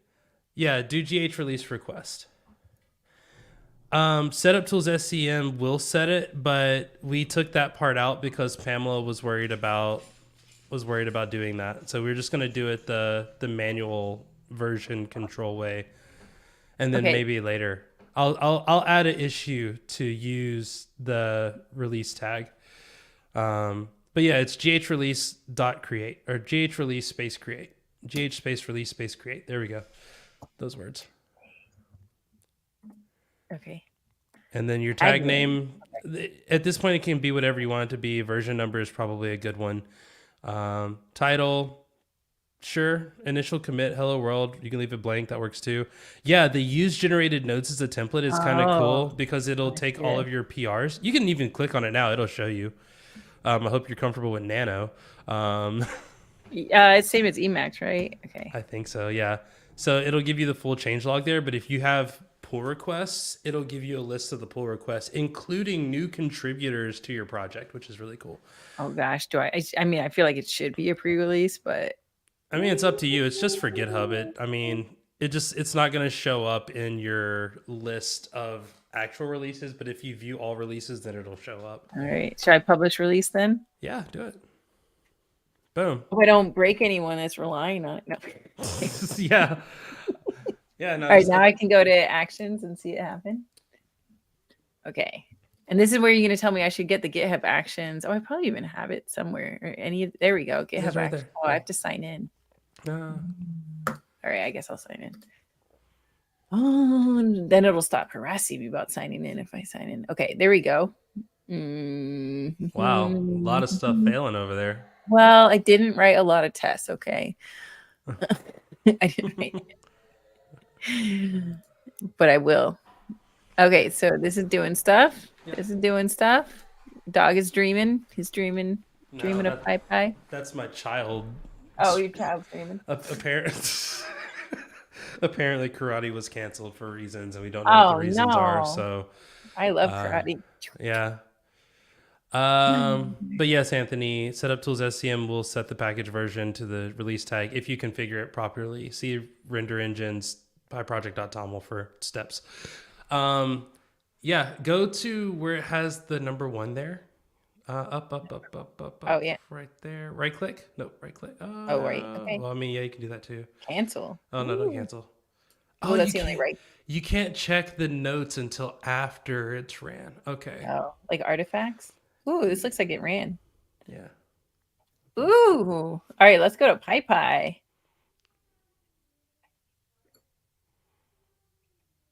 Oh my gosh, look at that.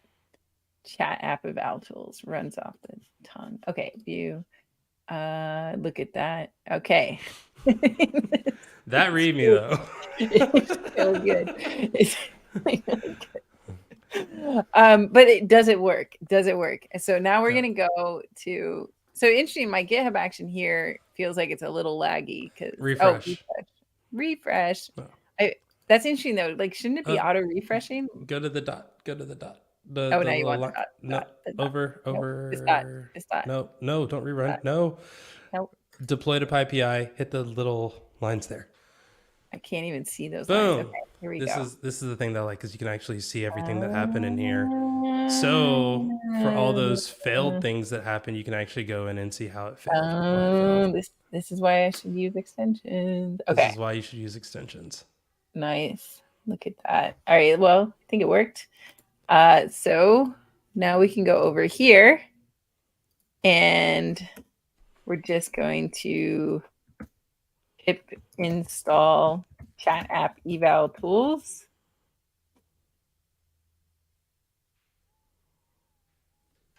It's a major release, so yeah, that should work. Actually, it's the only release, so that should work. It's pretty major, though. I agree. Yeah. Well, if you had like alpha and betas and stuff, I think you would have to specify the version, but since it's the only version, it'll just work. All right. So that, okay, so that works. So then we do, let's see. So I said, okay, so then how does this work? So you can do either the Python 3 dash, what did you call it? You called it eval tools. Well, I did in the, okay, so now I'm confused because the module name, right? It's still going to be just eval tools. It is what, okay. Yeah. All right, this is where like the magic, where I don't, okay. All right, so what exactly has happened is that like it's installed it and then Python has some like registry of scripts. Check. Is that what's happened? Check your virtual environment folder, your library packages and stuff. Because you should see, I believe you should see both. Well, it's not eval under. Tools is in there. No. I assume that I'm gonna find chat. Wait, what? I saw it. I saw it. You saw it? I saw chat app eval tools. Oh, you did? Yeah. Okay, so that's there, and then entry points.txt. Oh, okay. So yeah, so there must be some like registry of these. That's that scripts. Egg. That's the same stuff that was in your egg. Egg. But I'm saying like Python hopefully isn't Python going through everything in its lib every time you like, type this? Or I assume it has some registry of everything it's installed and what console scripts it has. I'm sure the latter. No. Okay, so we've got eval tools, and then let's just do summary, and then it's gonna want the folder results. Okay.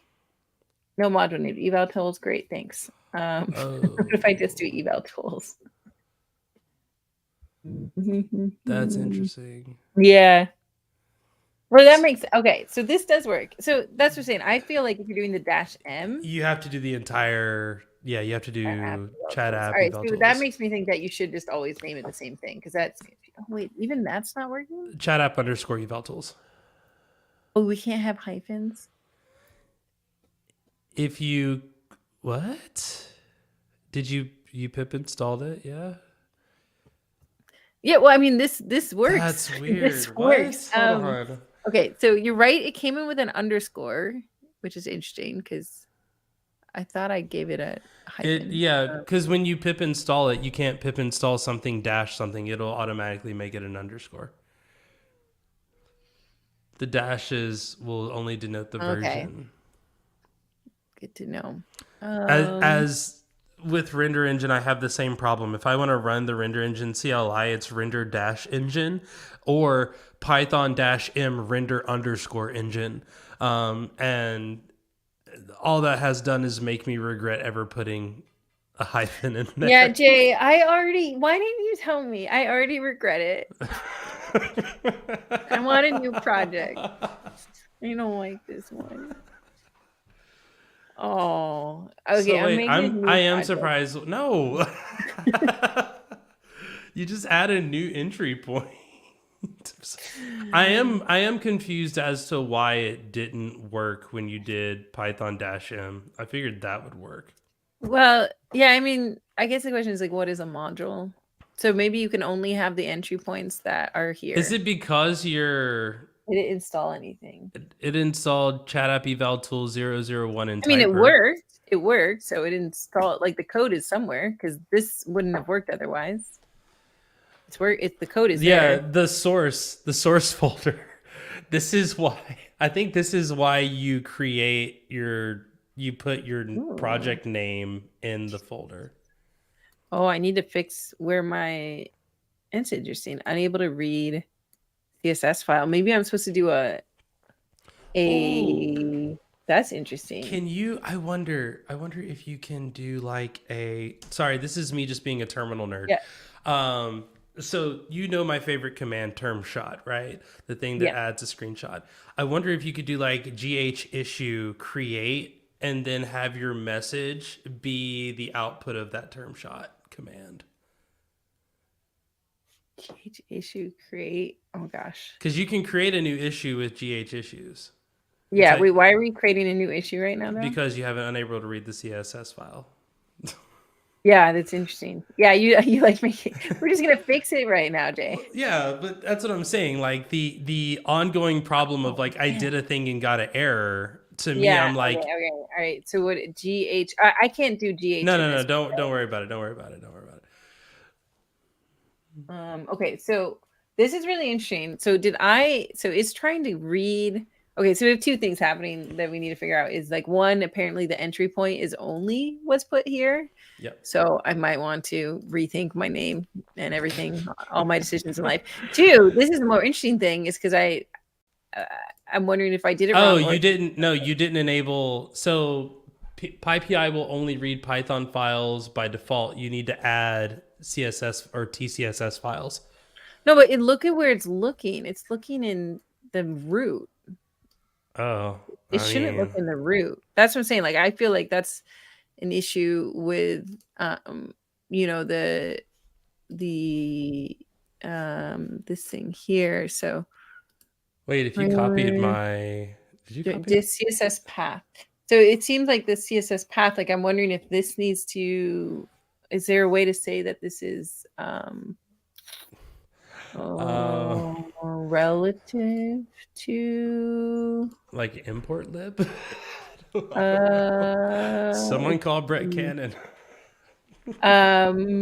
yes, we're strikes again. I'm sure someone must have run into this before. Someone must have published a textual app before, right?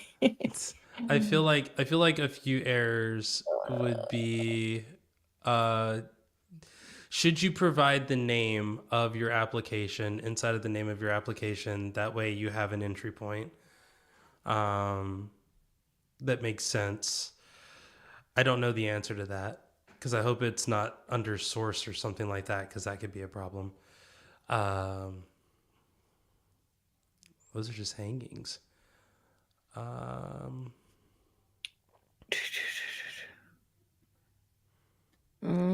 So how is nobody else okay? Why hasn't anyone else run into this?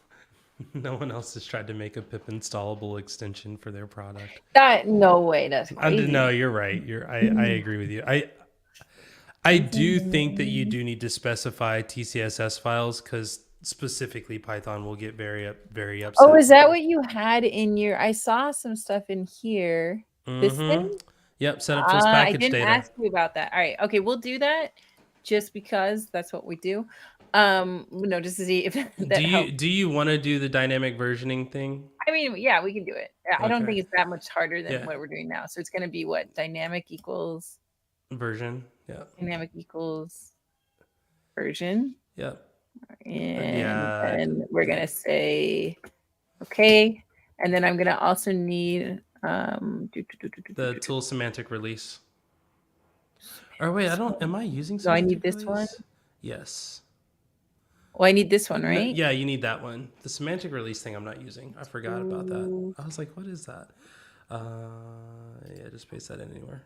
Okay, and then what you thought I needed a dynamic? No. Nope, that's in there. Semantic. Oh, this one. No, This one I I need. don't. I don't think you need that. I don't think you need that. Okay. Well, we'll try that. Yeah, if it All right, errors so out, then you need that. I think that's because I was trying like a ton of different semantic versioning tools, and that's the one that I kind of rested on. And I feel like that semantic release thing is like an artifact of me messing around with something. Okay, so then I just need to add TCSS here. Okay, maybe this is the only issue. Maybe because that would make more sense than no one having done this before. Yeah. Okay, and this is why there could be a document about how to publish your textual app. Okay. All right, so we got this. So what do we do now? Because we're doing semantic. Should I do a PR? Yes, you should make this a new branch and then do a PR and then because we practice good get usage. Okay. Source strikes again. Okay. Create pull request. Now, what do I do? Merge said pull request. Okay. Well, we have to wait for my test to fail first. How about you fix the tests? Okay. Well, what I should do probably. I wonder actually what fails. You also didn't do your pre-commit installs. Oh, because it literally doesn't even have requirements. Okay. All right. Let's get these tested. You chortled. We're gonna have to go back and fix your default Python project, which it's interesting that you do it that way because I'm sure you know what I'm now using to create new projects. Render engine? I don't Cookie cutter. Oh, cookie cutter. Oh, yeah. Because I can I find it fairly easy just to like delete stuff I don't need, but I can just do cookie cutter and then all of my metric stuff that I need, and then yeah, but then I need to maintain a cookie cutter in addition, and I'm already maintaining versus the GitHub repo that you would already have to also maintain if it was a cookie cutter one. That's okay. I'm in a meeting. All right, this is gonna be really good here. It's gonna be a really good test. Okay. All right.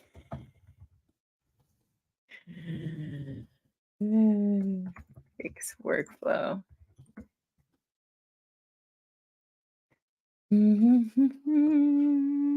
Okay. Let's see how we're doing. All right. Oh, and now I've got the GitHub action. I can watch it here. Python checks number 6. Okay. Install dependencies. Moment of truth. I wonder how. Oh, it's already failing. Okay. Oh, well, that's fine. Oh, because I didn't install pre-commit. I gotta update that. Okay, I gotta and then pre-commit install. Yeah. I was gonna ask about that. Didn't seem like you were running pre-commit, which I'm still on the fence about Pre-commit pre-commit. run all.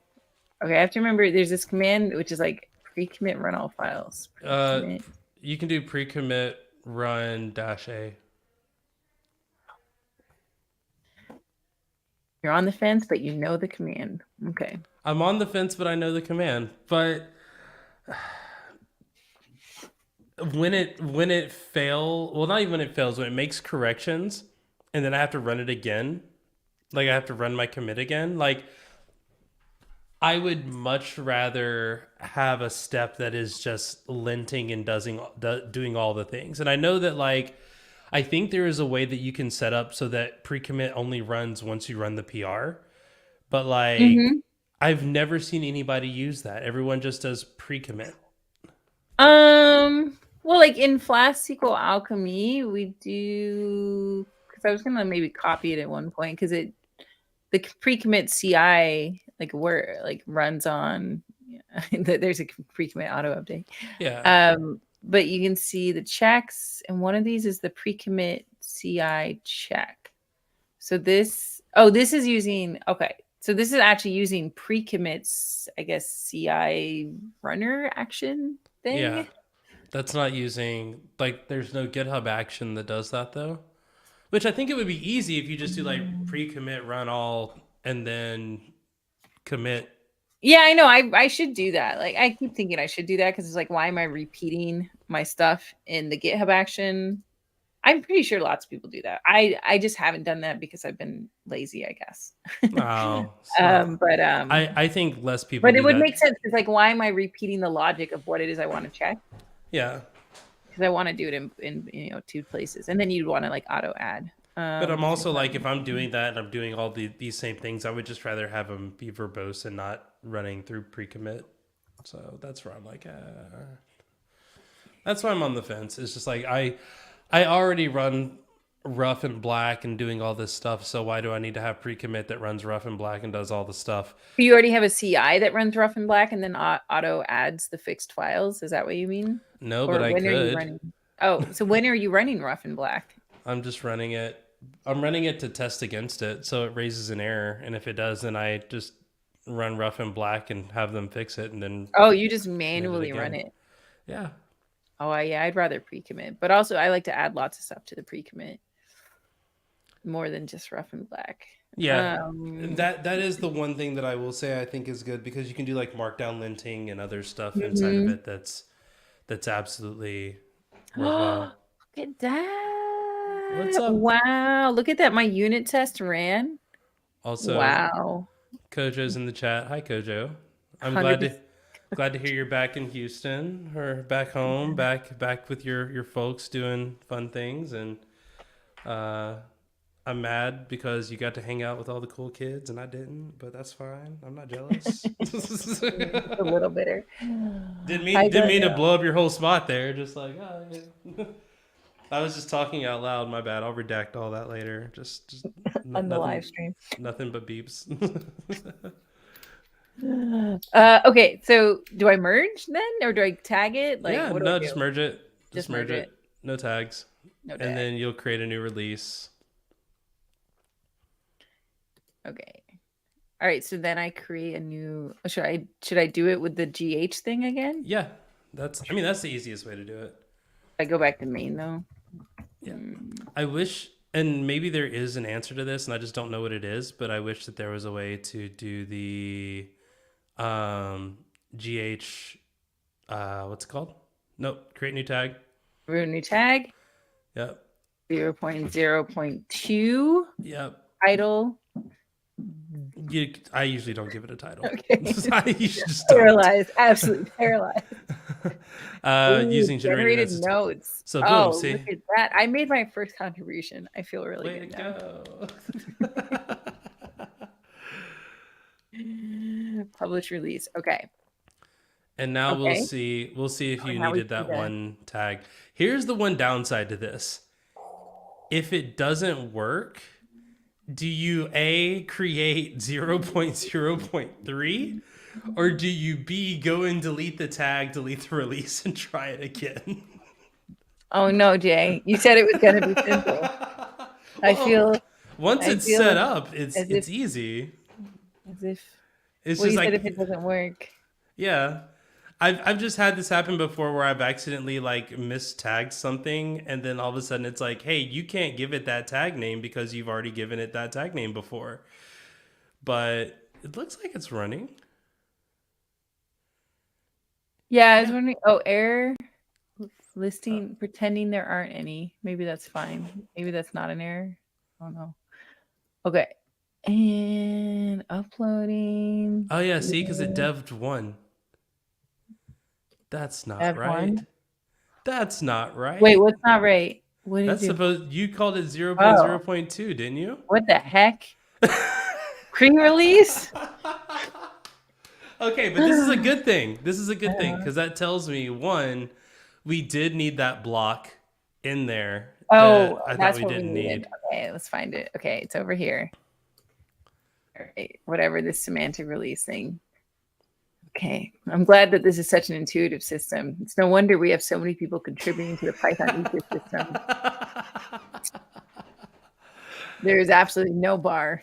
Auto versioning in PyPI would be magical. I don't ever think that will happen. No, you don't have to do all that. What are you doing? What are you What? doing? I don't know. Doing a pull request?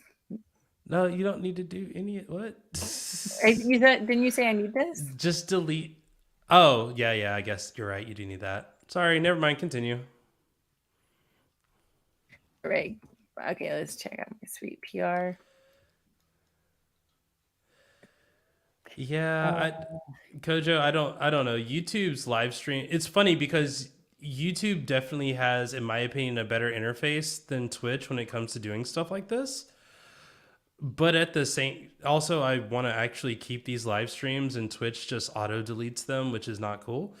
Um, but yeah, their chat stuff is atrocious. Like they really need to lighten up on the chat things.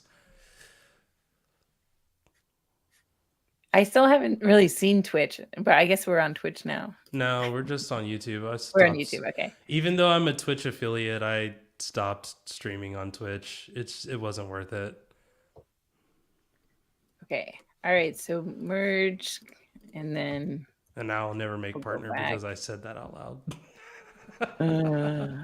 They actually do that. They do go through your previous streams and like if you're caught Analyze it for any negative mentions. if you're caught talking bad about Twitch, that is grounds snap. for rejecting your partnership application. But also I'm like nowhere near partner.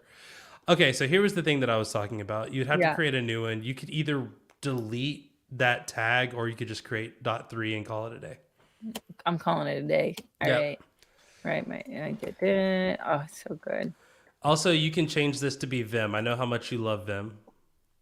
Oh, so in college, I primarily used Emacs. I don't know why. Like, I think maybe when I went to Google, I switched to VI. It's been a good stream, folks, but I can't be seen interfacing with an Emacs person online. It'd be bad for my reputation. I'm kidding. I mean, the thing is, I'm just like equally. I remember actually, I'm equally skilled / bad in both of them. I remember reading. There's a book. I think it's called Beautiful Code. Let's see, Beautiful Code book. Or maybe it's Beautiful Architecture. I actually think there's a beautiful code, but then there's also beautiful architecture, and we had like a reading club around it. I spelled that really good. This one, we had a little reading club about it at Google, and I'm pretty sure this is the one that has an Emacs chapter. Oh wow! Where they were talking about. Let me see if I can get the table of contents. Here. Was it set? Yeah, Emacs. How creeping featureism helped Emacs gain unanticipated functionality. It's pretty interesting because, there's all these different ideas of like what is a beautiful architecture. Yeah. So there's lots of render farm. I did not read everything here. The Facebook platform. I do remember that one. So there's a chapter about the Facebook platform, FBML. And then we've got system architecture. It's interesting because beauty is in the eye of the beholder. and it's interesting to see what people think is beautiful. By the way, Okay. if you want that command to change the GH editor, it's Oh, ghconfig set editor vi, or um, whatever you call your vi. If you're using NeoVim or something like that, you can make it whatever you want. all You right. can So even make it public an message. alias. Okay. So yeah, we did definitely need that because now Now it's version 3. Okay, and cool. we're just gonna like pretend this never happened. It's just gonna be You there can just forever, I delete guess. it. How do you delete it? Delete. Manage project. Okay. Oh. Oh. No, it's fine. I'll open it up over here. You can't see. All right. And then we do yank. I kind of want to yank, even though I don't know what's the difference between yank and delete. So yanking it will make it so that people can't install it ever again. Delete means that it does not exist, which can have down the road problems with like CI/CD stuff. But again, like no one has pip installed this, so I think you're okay. Look at this big old. Yeah, exactly. Interesting. I'm I can't fascinated by remember if this. you can unyank it. Unyank it. Unyank my heart. Okay. Cool. So we Say learned you'll about never yanking. get again. All right. So what did we think? Oh, so we hope that we fix things in that one. So let's find out. So yeah, we're trying to see if that fixed the CSS We issue. do like pip uninstall. Or what's the like pip install like force upgrade? Like upgrade or something? Yeah, just pip install dash or pip install dash dash upgrade and then the Yeah, name dash of the dash upgrade, package. right? Yeah. Chat app eval tools. You should add this to your requirements or your pyproject.tom or whatever you have. For So this that, one. yeah, then you can Yeah, just, so instead of textual, I'll add chat app eval tools. yeah. And maybe don't pin your version on this one just yet. Yeah, yeah. Okay, so yeah, successfully uninstalled and got to 0.3. Okay, so let's see. Does this work? That works, but then what happens if I click on one of these? Uh-oh. So It it's still can't find the still file. looking in the TCSS. So is the problem like I that it needs to I think you need a folder called that package name in there somewhere in your actual project. Oh. Or see if you can see if that like file exists anywhere inside of, because where is your actual package? Because that does look empty. Where is the chat app evaluation tools? There's like where It did should it be in lib. It installed, but it did not install under anything. so it somehow exists somewhere. But yeah, I don't so we've got the entry point. Because it should be there. Oh, bin eval tools. Here we go. So I guess it's under bin. Why is it in bin? I don't know how Python works. Okay, bin eval tools. Oh, there we go. Oh, this is interesting. So these are all the, I guess, commands you Yep, can that's what it do. looks like. Oh, that's cool. Flask. Okay. So the problem is that From right, CLI, import CLI. It saved it in CLI. check your lib for CLI. oh, really? Okay. I think we're gonna end up making a folder under I don't see CLI. What? Yeah, I know it doesn't make sense to me either, but let's look and see what other things look like when we click. So like Flask from flask.cli. All right. So I think what we've determined is that we should make a folder. Yeah. Yeah. We tried to avoid making a folder. You kind of need And a that was folder. cute. And then we failed at everything. Okay. So I feel like you have two choices. You could either rename source. Oh no, we have to keep source. We have to keep Why do source. you have to keep source? Because it's what everybody does. You're gonna call it eval tools? So you're gonna make the pip install chat app eval tools, but you're gonna import it as from eval tools Okay, import. I'm making a new package. It's going to be chat eval tools, no hyphens, That's no you can't underscores. read that. But then okay, fine. Like, how about this? How about Just that? call it no. No. That's. Okay. I feel like chat eval tools was fine. Just call the folder under source chat underscore eval tools. Okay, but then I don't know whether it's going to be a hyphen or an underscore. It's I gonna get be really both. confused. It's going to No, be both. because your entry point for the script is eval tools. Apparently, it's still just gonna be eval tools unless you change that to in your pyproject.toml.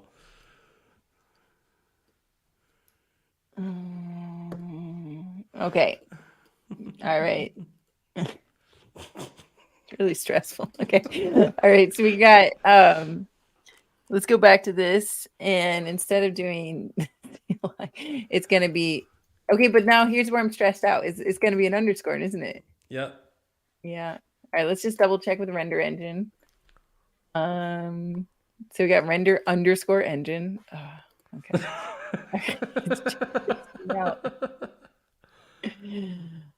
Oh wait, And why this one's did got a hyphen. you put a dash in the source folder? Are you telling me it's supposed to be an underscore? How am I supposed to know?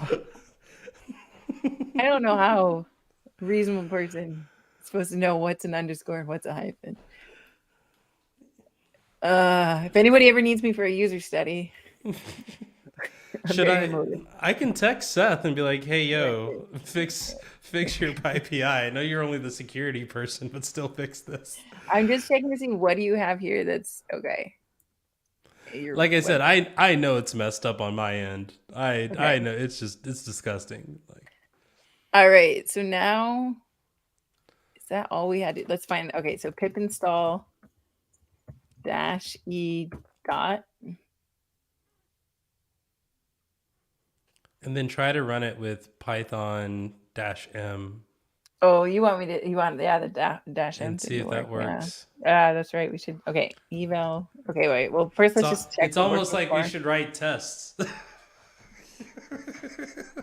No module named diff app. Well, sure. Oh, it's because your source because it was source, so now it needs to be from yada yada import diff app. Your known local folder needs to be that. No, that's only for Or not ISO. your known This local is folder, a, but your project folder. What do I do in render engine? I know yeah, what do you do? it's listed in there. Da, da, da. It's no Okay. yeah, pyproject.toml. Oh, just the PyProject.toml? Yeah, it's So somewhere in there. oh, you had this thing Package with directory. the weird bracket thing. Yeah, I wonder if I wonder if that would have just solved the problem to begin with. Just adding that package directory. Wait, so this was set of tools. Okay. That's basically What is saying I don't understand. What does this mean? it's saying the Sure. root of your package directory is the source folder. Okay. This is very strange syntax to me. Okay. Yeah. I'm just gonna reinstall it just because that's what I do. I don't know if you not, have to. You might I have to know, I'm not. reinstall it for. I feel like there must be like something PyProject.toml that stuff. requires like a reinstall, right? No, I'm mad. Okay. So Change how you import chat them. app. Import Chat app tools. import .diff app as diff app. But why would I need to do that? or from .import. Okay, so let's just see what you do. So you've got a render engine, you've got a knit. I feel like you should make an issue to remove all these DS stores in your they're distracting you. I should. I almost want to create an action that just From render them. engine.engine. Oh, you give the full yeah. Okay. Yeah, that's reasonable. All right. From this actually is making sense. Okay. It just means I have to see my name so much, and I was trying to avoid. You could also just do from chat app eval tools import diff app, comma summary app. I'm sure Ruff won't get mad at that. No, it's not mad. All right, let's see if that works without a reinstall. That's fine. So then we do examples, results. All right, and then the question is, does the TCSS? Okay, TCSS is working here. Okay, Yeah. that's cool. Oh, you wanted to try Python 3-M at app eval tool. What did you? Yeah. Summary examples result. No module is a package. It cannot be directly executed. Mm. Are we supposed to? Isn't there something else we're supposed to put to make a module directly executable? I mean, you wouldn't want to make the entire module directly executable. But I'm confused on what I'm doing different than you, other than like my underscore my dunder and nits have stuff in it, but that's like not important. That's just so you that's what I was can. about to check actually. See what That's you're. just so that you can. You do. This is what you have. This is the what I was main. thinking of. That's what I was thinking of.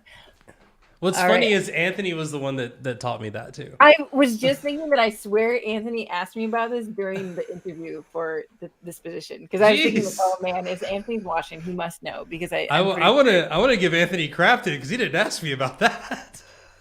So now I know what the principal advocate interview looks like. It's everything I do now, but plus also know what the main file is. I actually that's what I did the most poorly on in the interview, in my opinion, was the package installation, because I'd never made a package before. We're just blowing up all Anthony's interview tips, tips and tricks. Oh yeah, if anyone's now that I know that it's dunder main, can I ask for a promotion, boss? All right, so is this? Yeah, I copied you. So, oh, and look, you even have a note here. Look at this. Although yours has a hyphen in it, I think that's wrong. It is wrong. All right, I'm gonna make a little PR here. This is gonna be my first PR to render engine. I love it. Working. Hey, we have a Discord now. There's a render engine I always Discord. Need more Discords. I actually did join the Textual Discord today, and they were very nice. This is what's open right now, I think. I think I was in the Textual Discord. Yeah. Yeah, this is. Oh, they have even more questions here. But where was mine? Oh gosh, here you go. This is what I was asking. They were very, very helpful. I was working. I have 2 people who are officially render engine maintainers now, and I was like, I'm tired of talking to each of you individually. So like, congratulations, we now have a server. We could probably. Well, I think Discord servers make a ton of sense for maintainers. I think that's really good use for them. Okay, 1000%. Here we go. And some sort of English. Okay. This is how you become a tier 1 open source maintainer: is you find somebody's typo and you immediately correct it after you've copy and pasted their code into your own. Look at that. All right, and then let's try this. Okay. All right. I'm feeling good. So I'm gonna like rewatch this screen to remember how to package. How to package an application the long way. Well, we're doing 2 things. A lot of packages won't have a Python scripts like entry point with them. Also, you're doing the CSS stuff too, which is I struggled with a lot of that when I was trying to do rendering, because like this is hard. Try doing like templates. But then your templates, you actually can't do the -e if your templates are called via a package loader, because the package doesn't exist. So therefore your templates don't load. So you have to actually package it, and you can't do pip install -e. You just have to do pip install. That was frustrating. But if you use file system loader, then it's fine. Or one of the other 15 loaders that I've had to learn about. Choice loader for the win. Choice loader is like the GOAT. I don't think I've used any of those. All right, let's see. Is that all from the standard library? No, that's all Jinja. Jinja. Oh, okay. So package loader will load templates from a Python package. File system loader loads it directly from a path that you provide in the file system. Choice loader is an array of loaders. So you can have a package loader and a file system loader inside of a choice loader, and it just goes last in, first out. No, first in, first out. Um, and it checks against that. There's dict loaders. There's function loaders. I don't know if there's a class loader. The function loader is a good one. The dict loader is another good one, because that one, like, if you have a simple hello world that's a template, you don't need to create a whole file for that. Just create a dictionary that just says hello.html and then as the key, and then the value is whatever you want your template to be. I do that a lot for some of my render engine extensions where I have like entry points that get added into templates. So like, oh, hey, I need some head class thing that needs to be added. And it just becomes like head.html and then whatever class attributes I need to add to them. Whoa, you're a ginger expert. I Ginger J. Yeah, I haven't found anything that I don't like with it yet, other than some of the like routing stuff, but I'm not smart enough to understand how that's doing stuff behind the scenes. I told David, I was like, I'm happy to provide feedback. I have no clue what I'm doing in terms of anything else. Hold on one second. Okay, so now, oh, actions. So we should have the build. Number 4. See how this is going. I am starting to think now. Oh, it's CG. Yeah.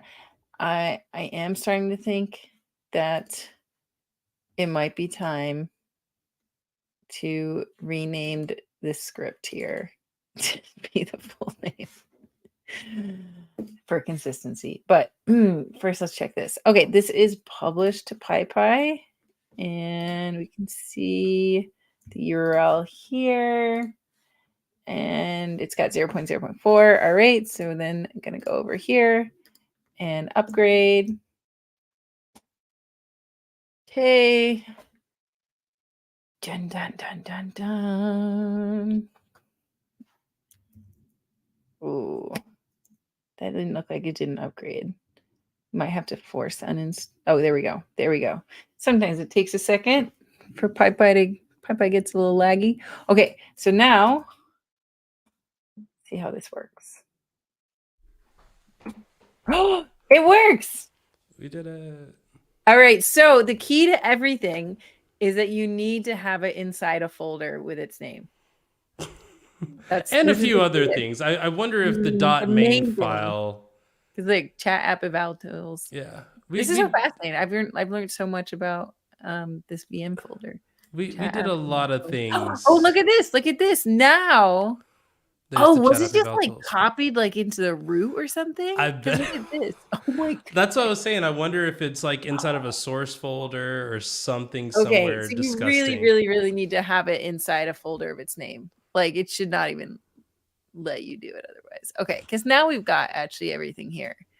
Oh, so it was like, so if I look up here, am I just gonna find in the folder? I don't see it there. So what did it do with it? Maybe it doesn't. Anyway, I don't know. Well, whatever. It all exists somewhere. So we've learned valuable lessons here. And so my final thing is that I am starting to think that I shouldn't call it eval tools.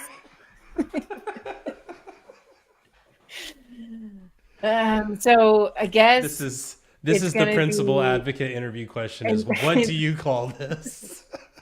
I guess we just do like this, huh? With an underscore?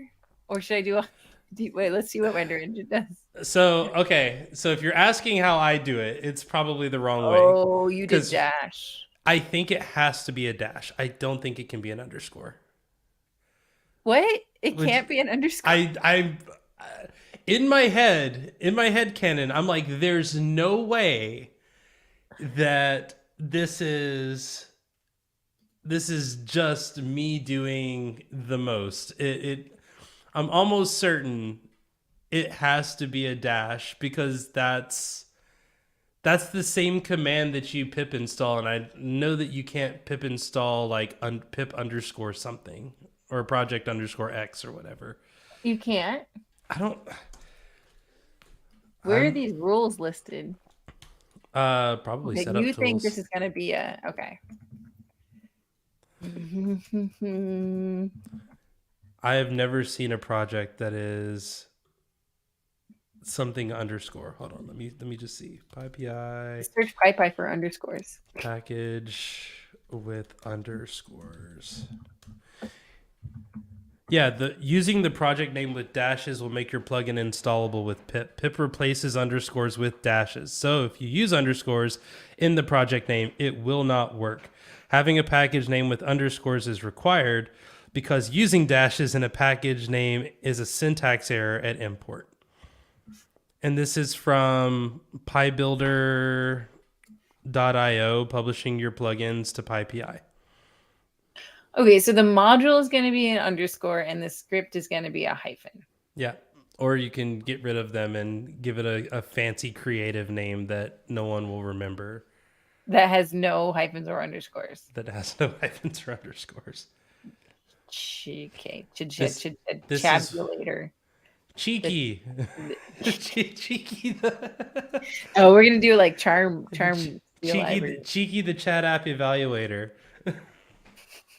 Oh, I do Pamela, kind of like that. you didn't Yeah. see my super rare charm IRL sticker that I got. Oh, it's holographic. I got that from Jay-Z. You can't get those. You Can't got get it from Jay-Z, like Jay-Z the rapper. no, Jay-Z the like the head person over at Charm. Like Oh, okay. fancy Charm people. Wow. I'll just go make my own stickers. Make your Pamela IRL. No, I don't know what they're gonna be. What are my stickers gonna be? I forgot who did. Oh no, I got these from Reverend Geek. This is like my Postgres sticker that I haven't put up anywhere. It's a little nerdy elephant. Oh, that's a really good one. Yeah, I like that one. I have too many stickers. I don't know what to do with them. Yeah, I was just saying you had that too. I was like, because we have a lot of stickers since I have a 1-year-old and a 4-year-old, Yeah. and the 1-year-old recently discovered stickers, so I just let her put them on my face. It's because I'm like, she has her own stickers. I just put them all over my face, but then she put them like right on my eyeball, and I was like, oh, this kind of hurts. I don't know if I want it right on my eyeball. Let's see how we're going here. Yeah, that's the thing about stickers is that they make so much sense when you're like when you actually have a laptop in person and you need to identify your laptop and Until you get it's to show off full. your laptop. But when you're just working from home, it's like nobody ever sees the back of my laptop. That is interesting. Sticker-based authentication should be a thing. Take a picture of your laptop and show the camera, and then it looks at the precise location of all your stickers. It'd be really hard to get. Yeah, I think it would be almost impossible to get all of the stickers that I have and have some of them worn down the exact way that they're worn down. But I guess that would be the other problem is wear and tear over time. You'd have to change your sticker password. Go. Yeah, really advanced algorithm. All right, this is working. I guess we'll try. And now it's such a long. Oh, the Python -m whatever. That's fine. Prompt. You can set up autocomplete with Typer. Oh, to autocomplete just the name itself, or it's doing it for this stuff. I just have a lot of things that are named the same, so yeah. Okay, so there we go. Great. So pig Latin prompt versus this one looks good. All right, sweet. So this means that now I can delete all these things. Delete. And now everybody can rush out to your nearest PyPy to get my super generic that you can only use if you also use the Azure Search OpenAI demo. No, if you just have to structure your data exactly like I did. That's it. Just exactly like I did. Are No, you but gonna? you can fork it. Oh, I should add a license, right? Oh, License, that was one of the other issues I license. didn't add. Also, you Okay. should add a code of conduct. Okay. All right. Well, let's get your I was like, extension there's an code of awesome. conduct. No, it's add code of conduct. Oh, it is. Add Hey, we got content. top billing now. Yes. Oh, did you have to compete? Okay, Yeah. so then what do? I do add code Open. of conduct. Yeah. Okay. Activate the command palette. It's either that or VS Code Pets View. All right. I don't know which is it. Just should I just go with the default here? Plone is the simplest. Contributor is the one that you probably see more of, and then like the Stumptown, the citizen one is more for like organizations and events. Oh, okay. So I should have. Oh gosh. Okay. Insert contact method. Oh. Just your Oh. email. Okay. Oh, can you give them my email? I mean, how Okay. else would people who need to report code of conduct violations notify you? Yeah, that's fair. It's just feeding the spammers. Well, Okay. there's that. Mm-hmm. Also, I always encourage people to make sure you go through your code of conduct to make sure that you can actually enforce it.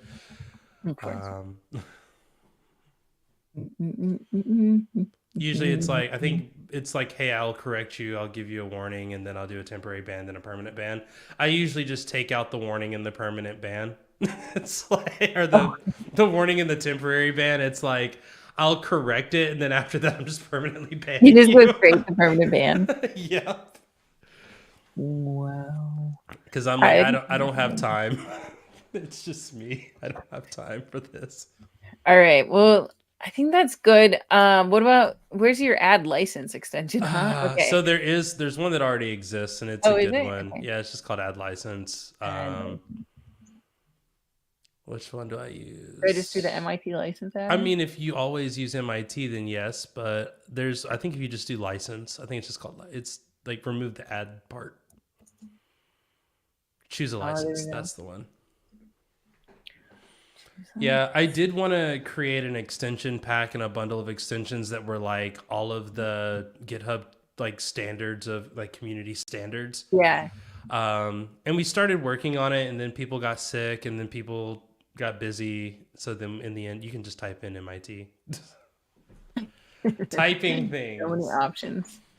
Oh, where did it go? Oh, so it's interesting. Wait, so all right, I'm just gonna move them. I just Into like to the keep I like yeah. to keep my Put everything in the dot. Oh, and see, yeah, they don't do what I do, where you actually have replaceable stuff in there. oh, you gotta get fancier. Yeah, you gotta have the But prompts. now I have to remember what we're supposed to do for our open source projects.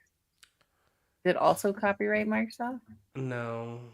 Well, I think it depends. Like, I mean, are you donating this to Microsoft as a Microsoft project? If so, then I don't remember what. it's Let's go take a look at Relic Cloud and see what you've got in Relic Cloud. Relic Cloud has an MIT license, and that's it. Yeah, it says you Oh, did say copyright Microsoft. did I really?